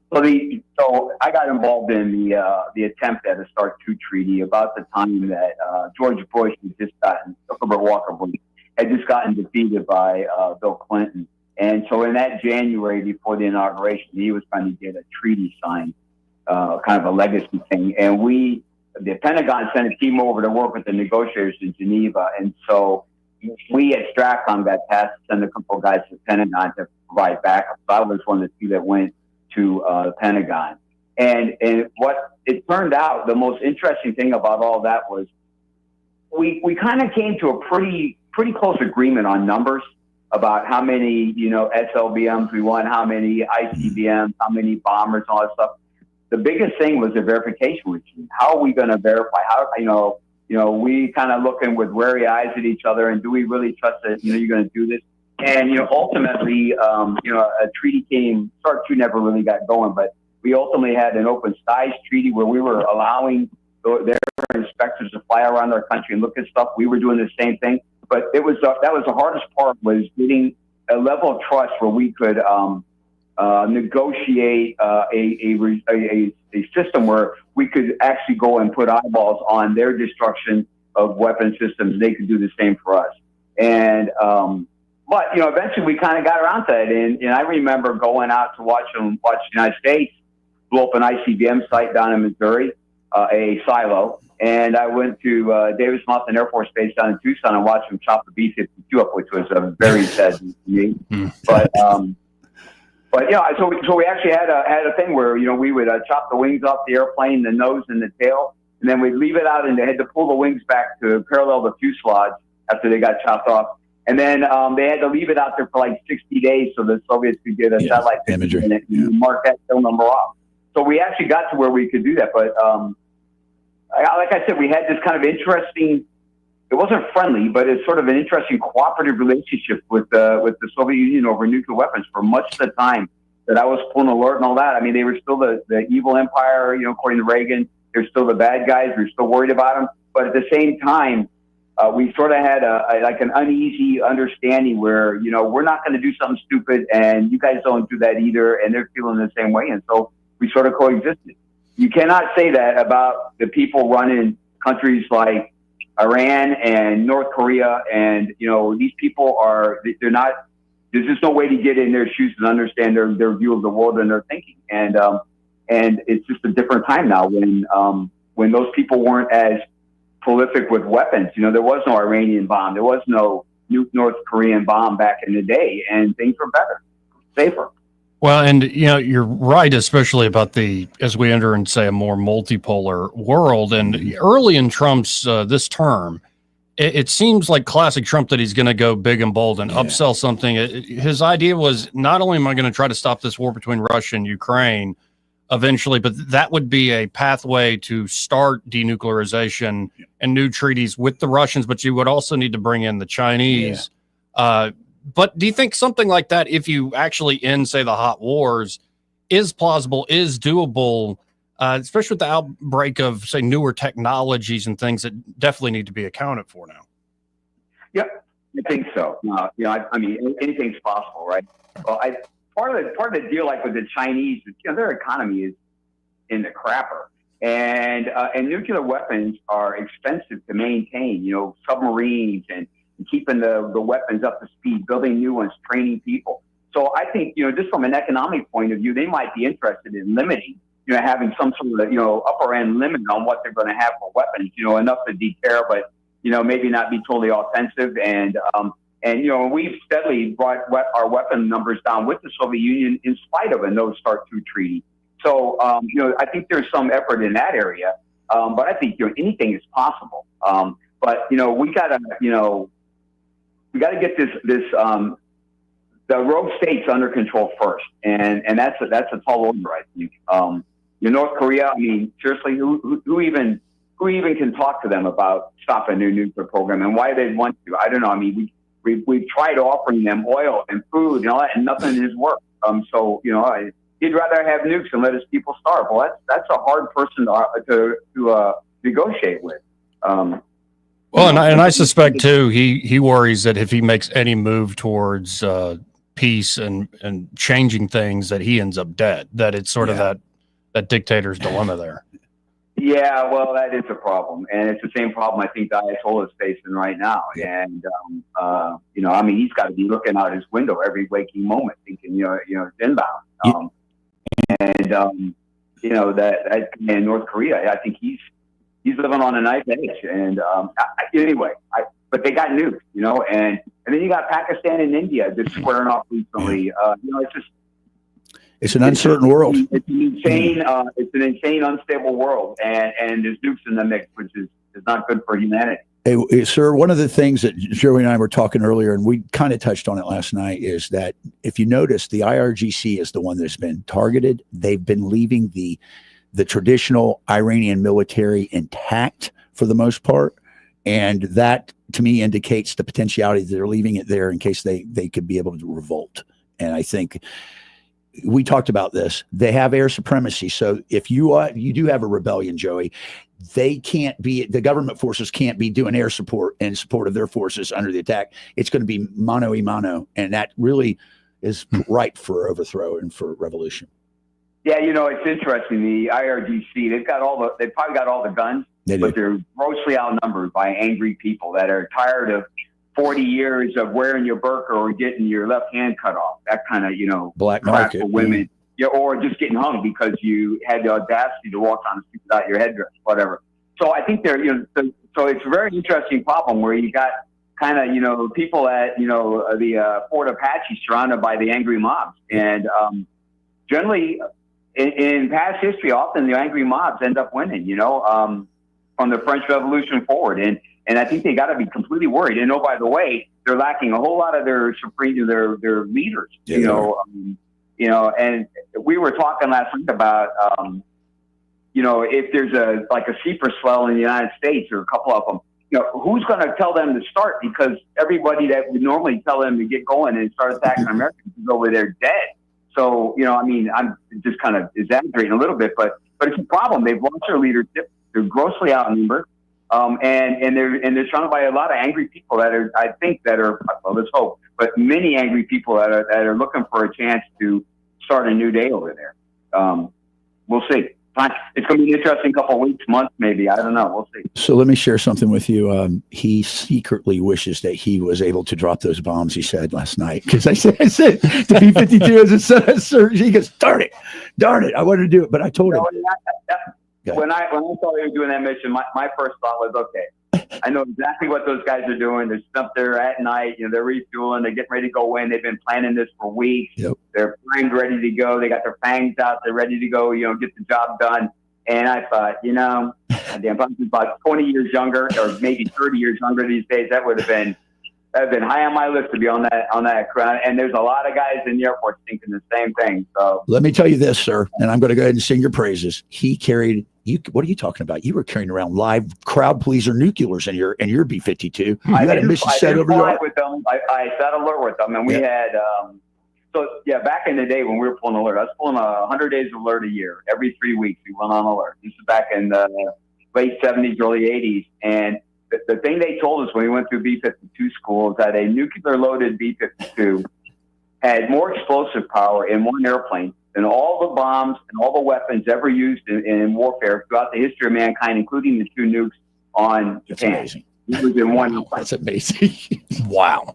Now, and then, when I see that this mission was, a 30-hour round trip, I think of stupid stuff like, when do you go to the bathroom? Well, listen, tell him, Chuck. Tell him all of the good news about it. Pizza rolls. I've got 2 35-hour missions under my belt. Flew from Guam to the Indian Ocean, worked with the Navy, and flew back. But one was 33 and a half hours, one was 35 and change. So, you just you got 2 pilots, so you make sure the other pilot's on top of things. You got the airplane, you get out of the seat, go back, and in the B-52 we had not to get too gross, we had like a big about waist-high can. It's about 80 inches of preloaded top, and we feed in that. And we landed. We carefully pulled that out of the airplane and dumped it on the ground. But yeah, that was our urine, our urinal. Did you have a snack service? Didn't you get pizza rolls made for you by your gunner? I had a gunner that was pretty good. He had a tiny little oven, and he could make pizza rolls for apple turnovers and stuff while we're flying. And so, Gary the Hobbit Hayes, he was quite the ship in the airplane. And it's a little morale thing. You're flying for 10, 12 hours, a normal training mission, and run a long nav leg, and he'd get up and make pizza rolls for the navigators and bring them up to the pilots, and we kind of had a little snack while we're flying. It was fun times, good times. Yeah, and it is amazing too as you think it through. And in this day and age, the Air Force gave access to some YouTuber to come see the B-52 operation, or the B-2 operations there in Missouri, and just the amount of coordination of everybody involved, whether it's people loading the bombs, or it's folks doing basic maintenance, or it's just when Trump says only the United States military could do this, the amount of effort, skill, discipline, training that goes into that fact is just remarkable when you think about it. So I read somewhere that it takes 2 or 3 days to get a V2 ready for a mission. You got to go out and work on the skin and everything. So you got these really these specialists in exotic materials to go out and get their planes ready. So he launched 7 of them. They got refueled probably 4 or 5 times on the way over there, 3 or 4, no, for sure. And so each one of those airplanes probably required a tanker in the air. They probably had an airborne tanker as a spare in case somebody couldn't pump gas. And so each of those airplanes required hours of preparation time for the maintenance crews on the ground. Then they had to go up and rendezvous. They're probably doing the rendezvous radio out at night with no lights. They didn't want, an airliner to see this gaggle of airplanes. So they probably had their lights out. They're doing their radio out. And then they had to do that 3 or 4 times. Everybody had to get in there, get their gas, get in there, get their contact, get their gas. Then they had to do that on the way back. And you got 2 pilots on those airplanes and in the air for 30, 35 hours. I mean, as much as I'd like to do it, there's no way I could do it at my age. That's a huge statement. How those guys stay awake, I'm sure they're on go pills or something. They gotta be. They gotta be. And just think about that gaggle of 7 V2s with the tanker support that had to meet them coming up. When they got their feet wet leaving the United States, then as they're getting close to Europe, and then probably one top off in the Med before they went in to do their work, and then a top off coming out, then all the way back. And all the coordination that's required to do that, the flight plan, all that stuff. And so what? There were some 400 airplanes involved. You had to rendezvous with the fighters, which these guys probably had never even talked to those fighter pilots or worked with those guys before. But they got that all worked out. It's just a standard procedure thing. They met them all at night, radio out, and then the fighters swept out in front, all coordinated. It blows your mind, and nobody. Really appreciates what's involved. And absolutely right. There's no other country in the world that can project power like that. It's certainly not the Soviet Union. Russia now. I mean, they're on their butt. China can't do that. They can barely get out of their own coastal waters, littoral waters. Right. And fly airplanes across the world to attack a target and fly back and recover with all the support required. Nobody on the planet can come close to that. And why is that, sir? Because very, very proud of. You say all the time, what's the difference between us and them? Our pilots are constantly training in the air, and they're burning fuel, and they're doing it. And how many hours was it we said with the Russian pilot, Skip, maybe in training and peacetime? They're like 5 or 10 hours a month, and we were getting 30 to 40. They're getting 30 to 40 in the air, and it's makes a big difference. And the other story, I know we've talked about this over adult beverages at times, but the other thing that really separates the United States, I'll just throw a nice toss out to our enlisted force. Our enlisted forces, our enlisted men and women, those technicians they're better than anything in the world. I'm talking all the other countries I've been to. I was in Kazakhstan many years ago, and we were waiting to get permission to leave, and they were working on an airplane, a bunch of Soviet training, and they had 3 officers that were elbow deep in the engine, bending wrenches. They had an enlisted guy bringing them coffee. And it would be exactly the other way around in the United States, where our tech sergeants, our 5-level, 7-level maintenance guys, they're the ones doing the work, and got maybe 1 lieutenant out there supervising the whole flight line. Our enlisted force is unbelievably well trained, unbelievably dedicated. And, back in the day, I remember I'm out on alert, or we're getting ready to go fly, and it's 10, 15 below zero, and I get out to my airplane, we've got a fuel control unit that's bad. And I got 2 guys up inside the engine, changing out a fuel control unit with their arms drenched in gasoline, CP4 at 10 below zero. And they're not complaining. They're just getting the job done, Anyway, something we should be really proud of is the way our military is situated to perform these missions that our president asked them to do.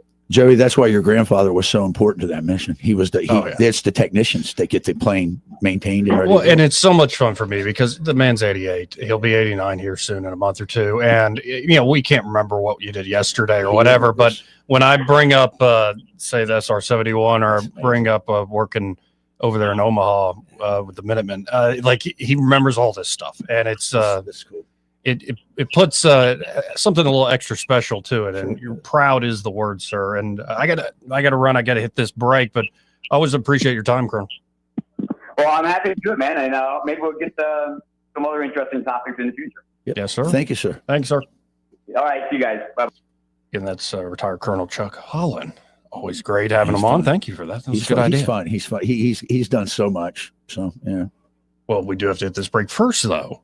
Man, I'm like one of these days we got to bring Smokehouse Pit Barbecue into the studio here. I so Joey, I so said I was going to do it, and I have not, and I will try to make up for that the next time because I want to eat that. It's all good. The pulled pork, the brisket, so good. The ribs.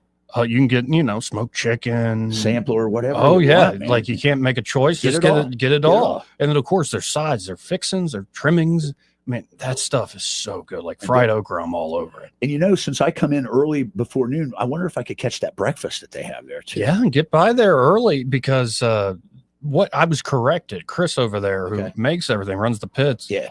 It's not cheese grits, it's grit cheese. There is more cheese. And I was wondering too. There is a difference. It's so good. It's so good. Like those alone, the grit cheese, as they call it there, is worth a stop. But of course, you can get custom made biscuits, breakfast burritos, sandwiches. Heck, you could go real down home and be like, I want a fried bologna biscuit. Oh man. And they got it. Or you can do a big old pancake and a big sample or two for breakfast. Breakfast, lunch, dinner. They got it going on there at Smokehouse Pit Barbecue. Just stop by. Same location they've always been, Main Street in Millbrook. That's 2461 Main Street in Millbrook. And be sure to tell Celeste, Chris, the great team there when you stop by that Joey, that fellow on the radio, sent you.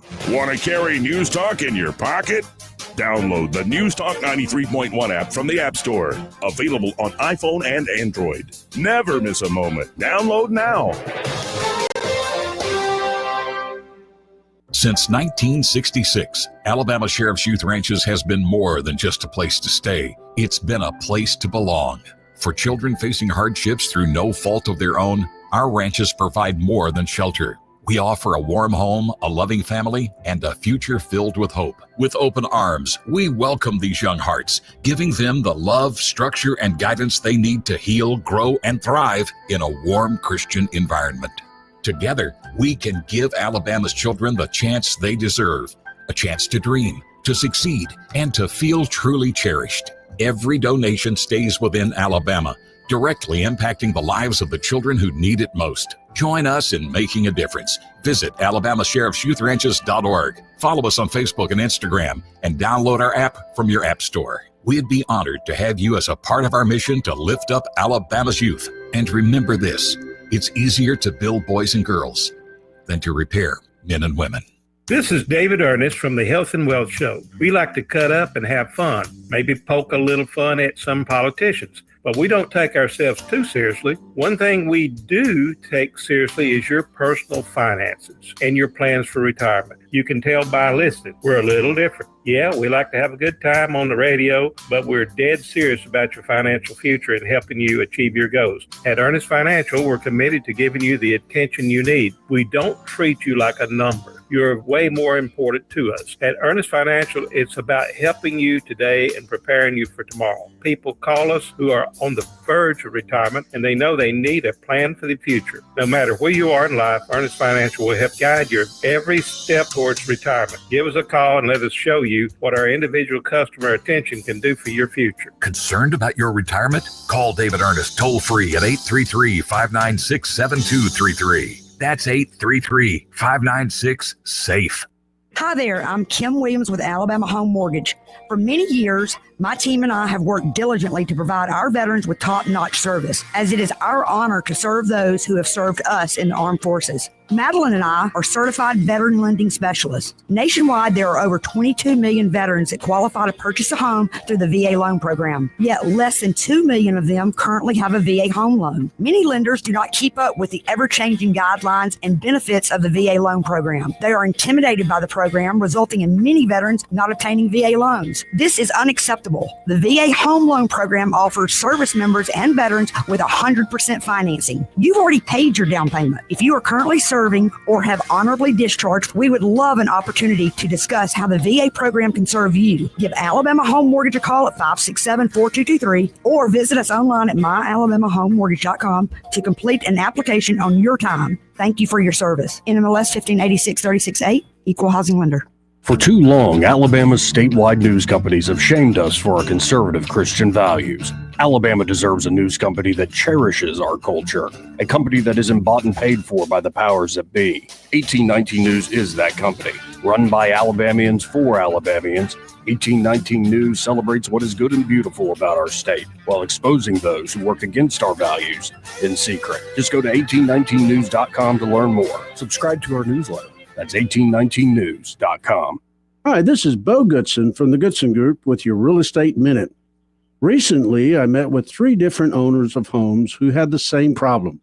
They wanted to sell their house quick and sell it as is for cash. All 3 people were approached by different investors that said they had cash for their home, signed contracts, only to find out they were not personally going to buy their homes, but to find a buyer willing to pay more than they offered and pocket the difference. It's called wholesaling. Offer a contract to buy a house at a certain price, up to price to other buyers, and pocket the difference. I urge you, don't fall for it. You want to sell your home quick, use a licensed professional realtor, as I have been for 48 years, keeping promises to get homes sold quick. For all the details, call Bo Goodson at the Goodson Group at 221-2883 or 551-0225. Call Bo Goodson at 221-2883. This hour of News and Views is brought to you by our good friends at Cole Plumbing, 279-8919. Cole Plumbing is number 1 in the number 2 business. You don't have to dig a hole. They have proprietary pipelining technology. Ask them about their tankless water heaters. Remember, when you have trouble with your bowl, call on Cole. The Rich Thomas Weather Network is brought to you by Earnest Financial. If you're tired of losing your money in the stock market, call David Earnest. 334-279-7431. Earnest Financial, LLC. Rich Thomas Weather.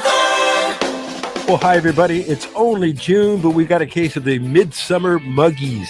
The risk of some evening storms tonight, 20% or less. Overnight low temperature down to about 74. Then for tomorrow, Wednesday and Thursday, look for highs in the upper 90s with the rain chances under 20% and heat indices near or above the 105 danger range. Not much change Friday, maybe some widely scattered storms. Stay hydrated. From the Blue Water Weather Center, this is Rich Thomas. Budget Floors and More is your low price leader for everything you need for flooring and DIY flooring installation supplies. For the best prices on luxury vinyl plank, carpet, ceramic tile, flooring installation supplies, and more, shop Budget Floors and More, Hunter Lane across from Del Rey to Publix. All the headlines the mainstream media won't touch. Your News Talk station. News Talk 93.1 FM WACV.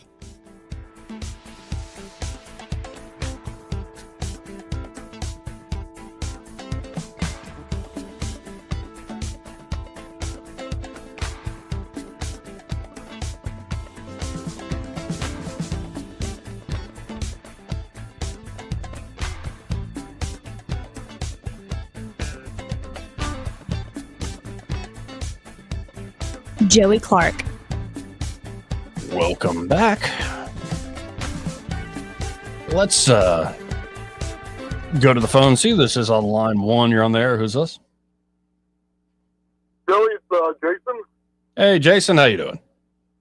Yeah, Troy, how are you Hello, doing, sir? Jason. How are you doing? Good. First off, I also want to sing my praises for my good friend, Mr. Colonel Holland. Great interview this afternoon. I think he does some spectacular work whenever he calls in to give his insights, and I'm honored to share your porch with you. You're Jason. You're always welcome on my porch. So yes, Jason. So I'm calling. Why don't you tell us about the articles you did, or I mean the op-eds for 1819 here recently? Yeah, and one of them I want to start off with is sort of a rebuttal to something Craig Monger recently put up, and that was the situation with the White Water Park out on Maxwell Boulevard. In my last article titled "How Redlining Stunted Growth in West Montgomery," I kind of touched on the story of how redlining has impacted Montgomery through dividing West and East Montgomery at the I-85 corridor. And it is still prevalent today, just like how DEI has changed names over the years. Redlining has done the same thing, where in West Montgomery there's a lot of money that the city's not getting in taxes and revenues that go to Millbrook and Prattville because of West Montgomery being so much of a food desert. And not only is it affecting likely West Montgomery, you know this as well. How much of a food desert you have down there too. You're right. And so these articles that I've written over the past, I want to say 3 months, have been stories that's not being told by the Montgomery Advertiser, not being told by other local media of what's going on in Montgomery, what's going on within the 911 communications center, why we have full response, no response from police, corruption running rampant within the city.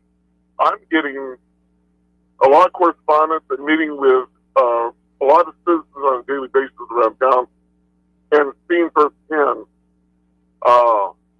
what's going on and how this corruption is affecting the lives of each and every one of us in the city.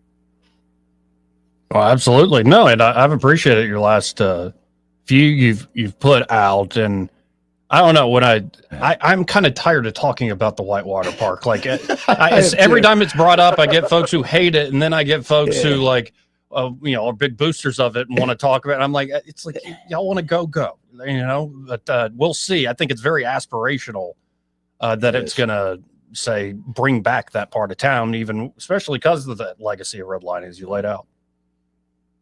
Right, and we have a lot of buildings downtown that are vacant, that should be used for other things. But basically, look at the history of the Montgomery Advertiser building downtown, and what that was originally supposed to be and bring to downtown. I'll go ahead and spill the beans on this about that. For those that don't know, and you can go search the digital archives for WSFA, there was an interview back in the 80s with Hank Williams Jr., where he talked about purchasing that land where the Advertiser building now sits. He wanted to move the Country Music Hall of Fame from, I think, Muscle Shoals to Montgomery and make it like a Graceland type centerpiece, with his father, Hank Sr., moved from where he is now, sitting in front of Union Station, incorporating the train history, so like the same way they do with the Biscuit Stadium, incorporating the history of the Union Station into this theater that would have like not only a museum but like a mini Opryland place to go catch acts. The council at the time said, "Why? Nobody's going to visit it." That's unfortunate. And here we are 40 years later, we're saying the same thing back to the city council about the Whitewater Park. Yeah. Why build it when no one wants to, what we were pitched as, and what we got is something nobody, an everyday citizen, cannot use compared to like the city swimming pool. You got to spend those federal dollars, Joey. You got to spend them federal dollars. Well, Jason, thanks for calling in, man. Appreciate it, Jason. Good to hear from you, man. Take care, brother. Yeah, 272-9228. And Papa B. Bill, if you want to call back, they tried to call earlier for the Colonel. Yeah. But so far, nothing huge is, despite all the headlines and Iran has responded and what, and I'm not seeing anything. Certainly they could do more. Certainly they can do better than that, I would think. But you would think. I guess not. Well, because some of the missiles did get through into Israel. They did. But I'm going to be honest with you again. I think the difference between, and they overloaded, they were trying to overpower the system. But if you look at the damages done by the missiles, it's inconsequential compared to what's going on from the airstrikes that Israel continues to do. Right. And because oil markets for a little while as it started went down, they're back up. Yeah, I think Brent was up what? I was wanting to ask Austin Branco. I think it was up like $2 or almost $5. I think a barrel on Brent crude. Yeah, after dropping a little bit over worries of this retaliation.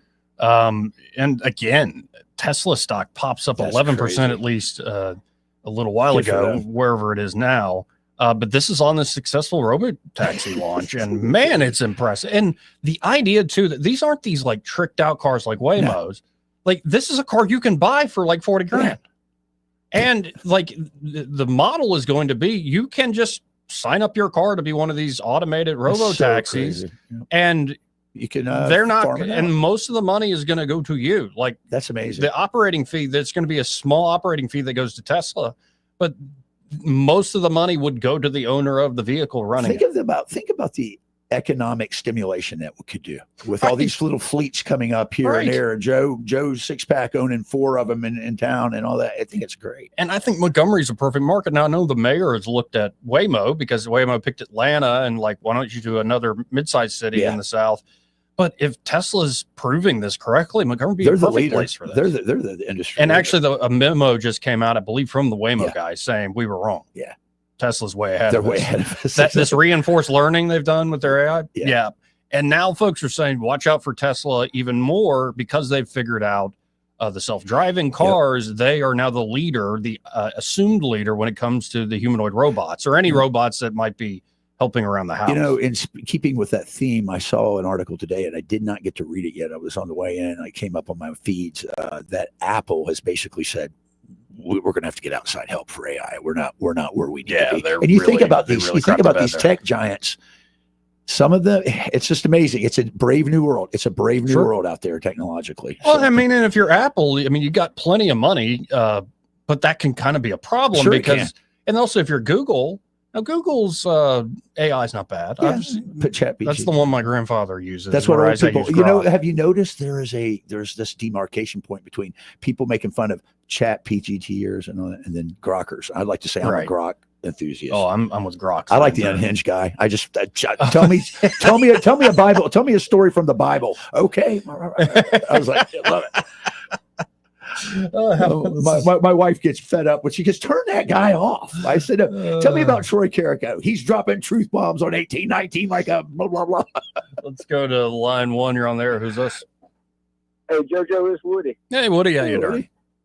Doing good. I had a guest from Dothan Saturday, and we went to Smokehouse Barbecue Sunday morning.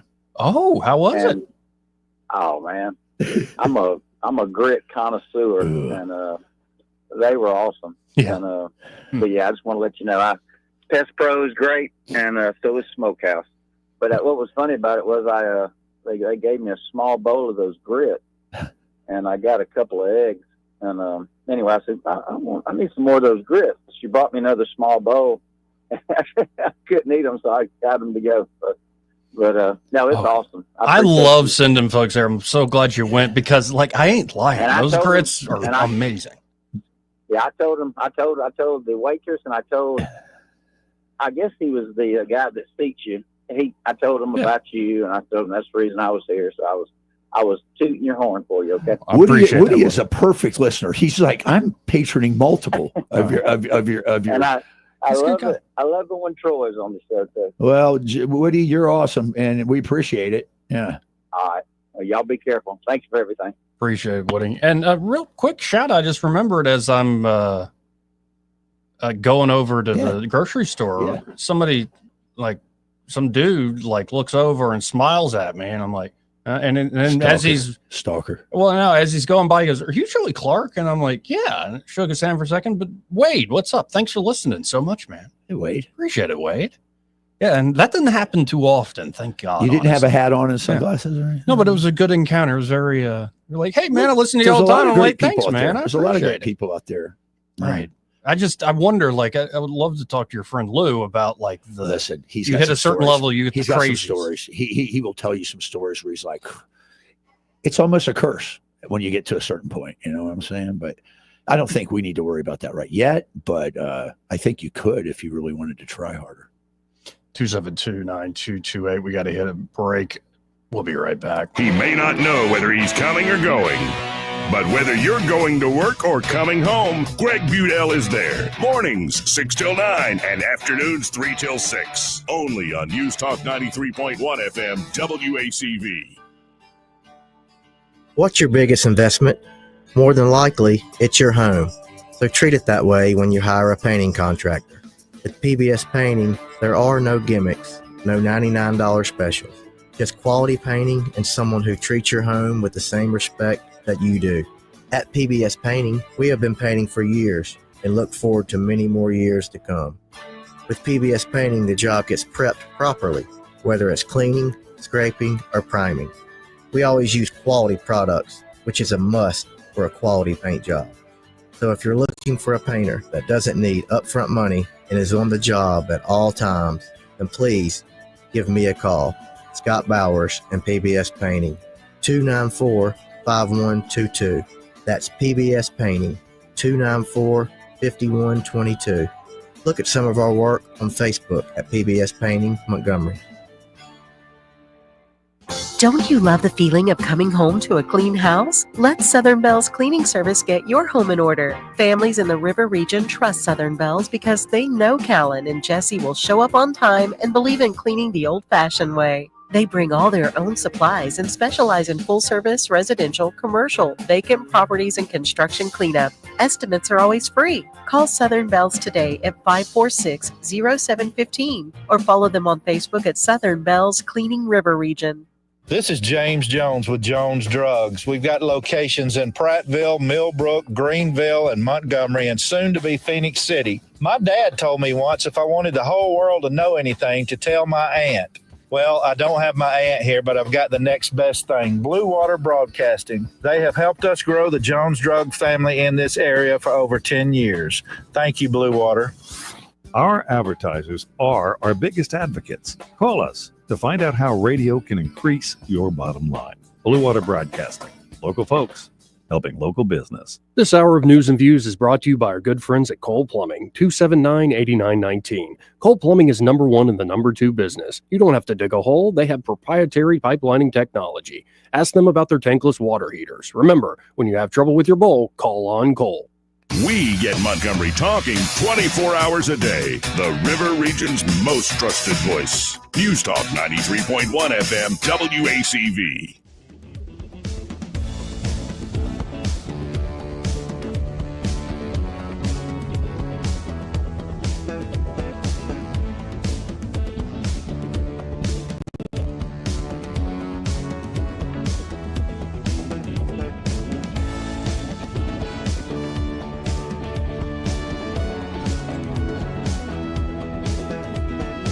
Joey Clark. Welcome back. Let's go right to the phones and talk to Ray Bowles from Prattville Carpet. Hey, Ray, how you doing? Man, I am good. Downtown Prattville at the Methodist Church. We just finished a big project down here, double checking everything, walking through all these long hallways. There you go. Always working. I like that. Always working. Except for Thursday and Friday, I'm going to take off. Winnie's dancing in Florida, and I haven't been to see any of her dances, so we're going to take off and go down there Thursday, Friday, and watch your kid dance. Very cool.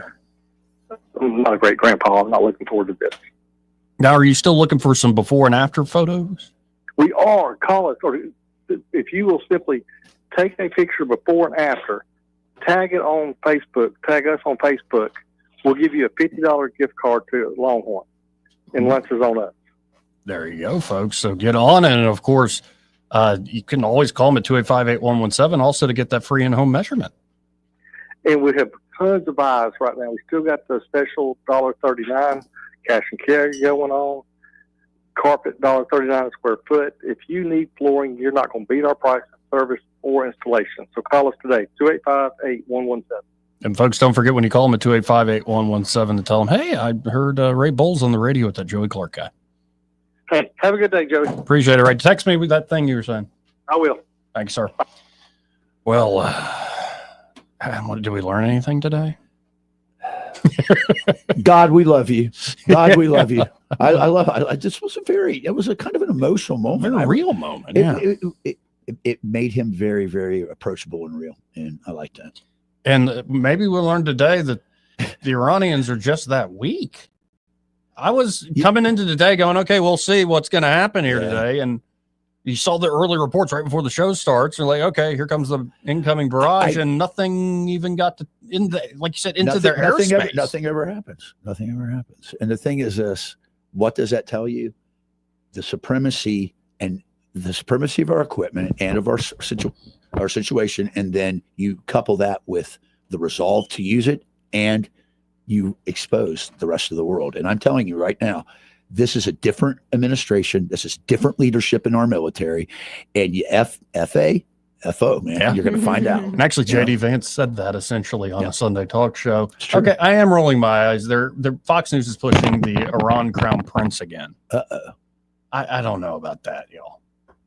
saying our Berlin Wall moment. If it works out, cool. But I don't know if I just don't. The people of that nation are going to accept this guy's been living. Well, we're going to abroad. replace what, a theocracy with a monarchy. Right.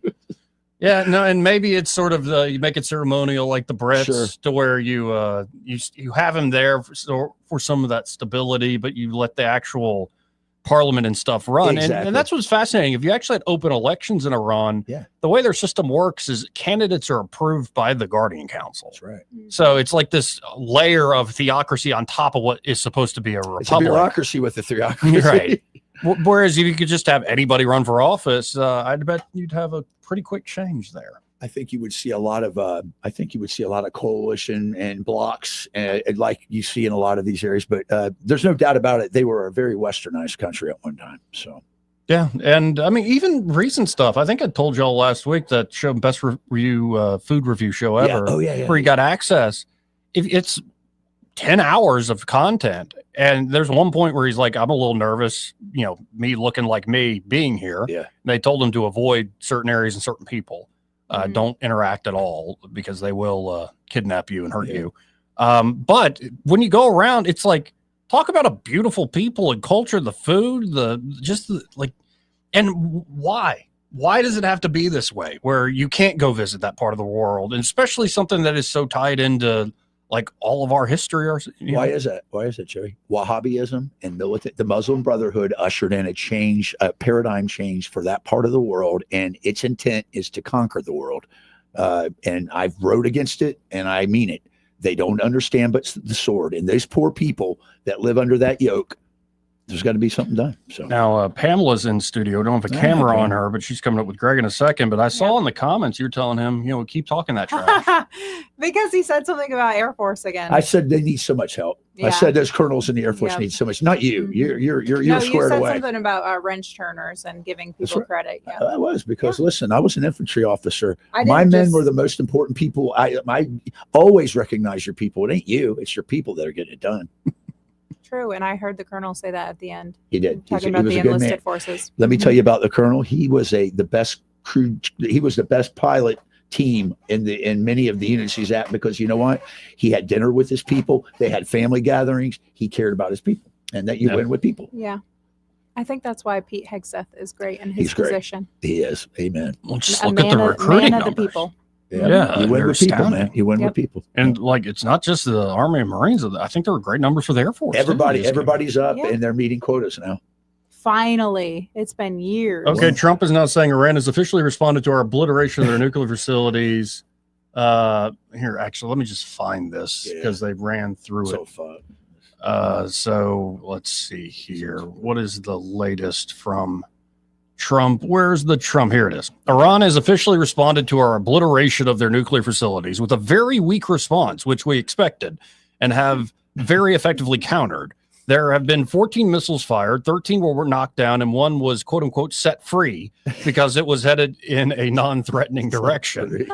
I am pleased to report that no Americans were harmed and hardly any damage was done. Most importantly, they've gotten it all out of their quote unquote system, and there will hopefully be no further hate. Hate is in all caps. I want to thank Iran for giving us early notice, which made it possible for no lives to be lost and nobody to be injured. Perhaps Iran can now proceed to peace and harmony in the region, and I will enthusiastically encourage Israel to do the same. Thank you for your attention to this matter. He's been ending his statements with that. It's sort of like, I saw him. it's sort of like govern yourself accordingly, like an attorney. Well, somebody did a Photoshop with a B2 with a banner on the back that says, thank you for attention to this matter. I saw a meme of Barron standing over his shoulder saying, Dad, put that in put there. That at put the that end. in there. Do it, Father. You got to do it. You got to say Father. But did you notice he said something in there important? He said, thank you for letting us know the attack was coming. Fascinating. So perhaps this was an overture, a weak attack to say, okay, now we'll go to the table.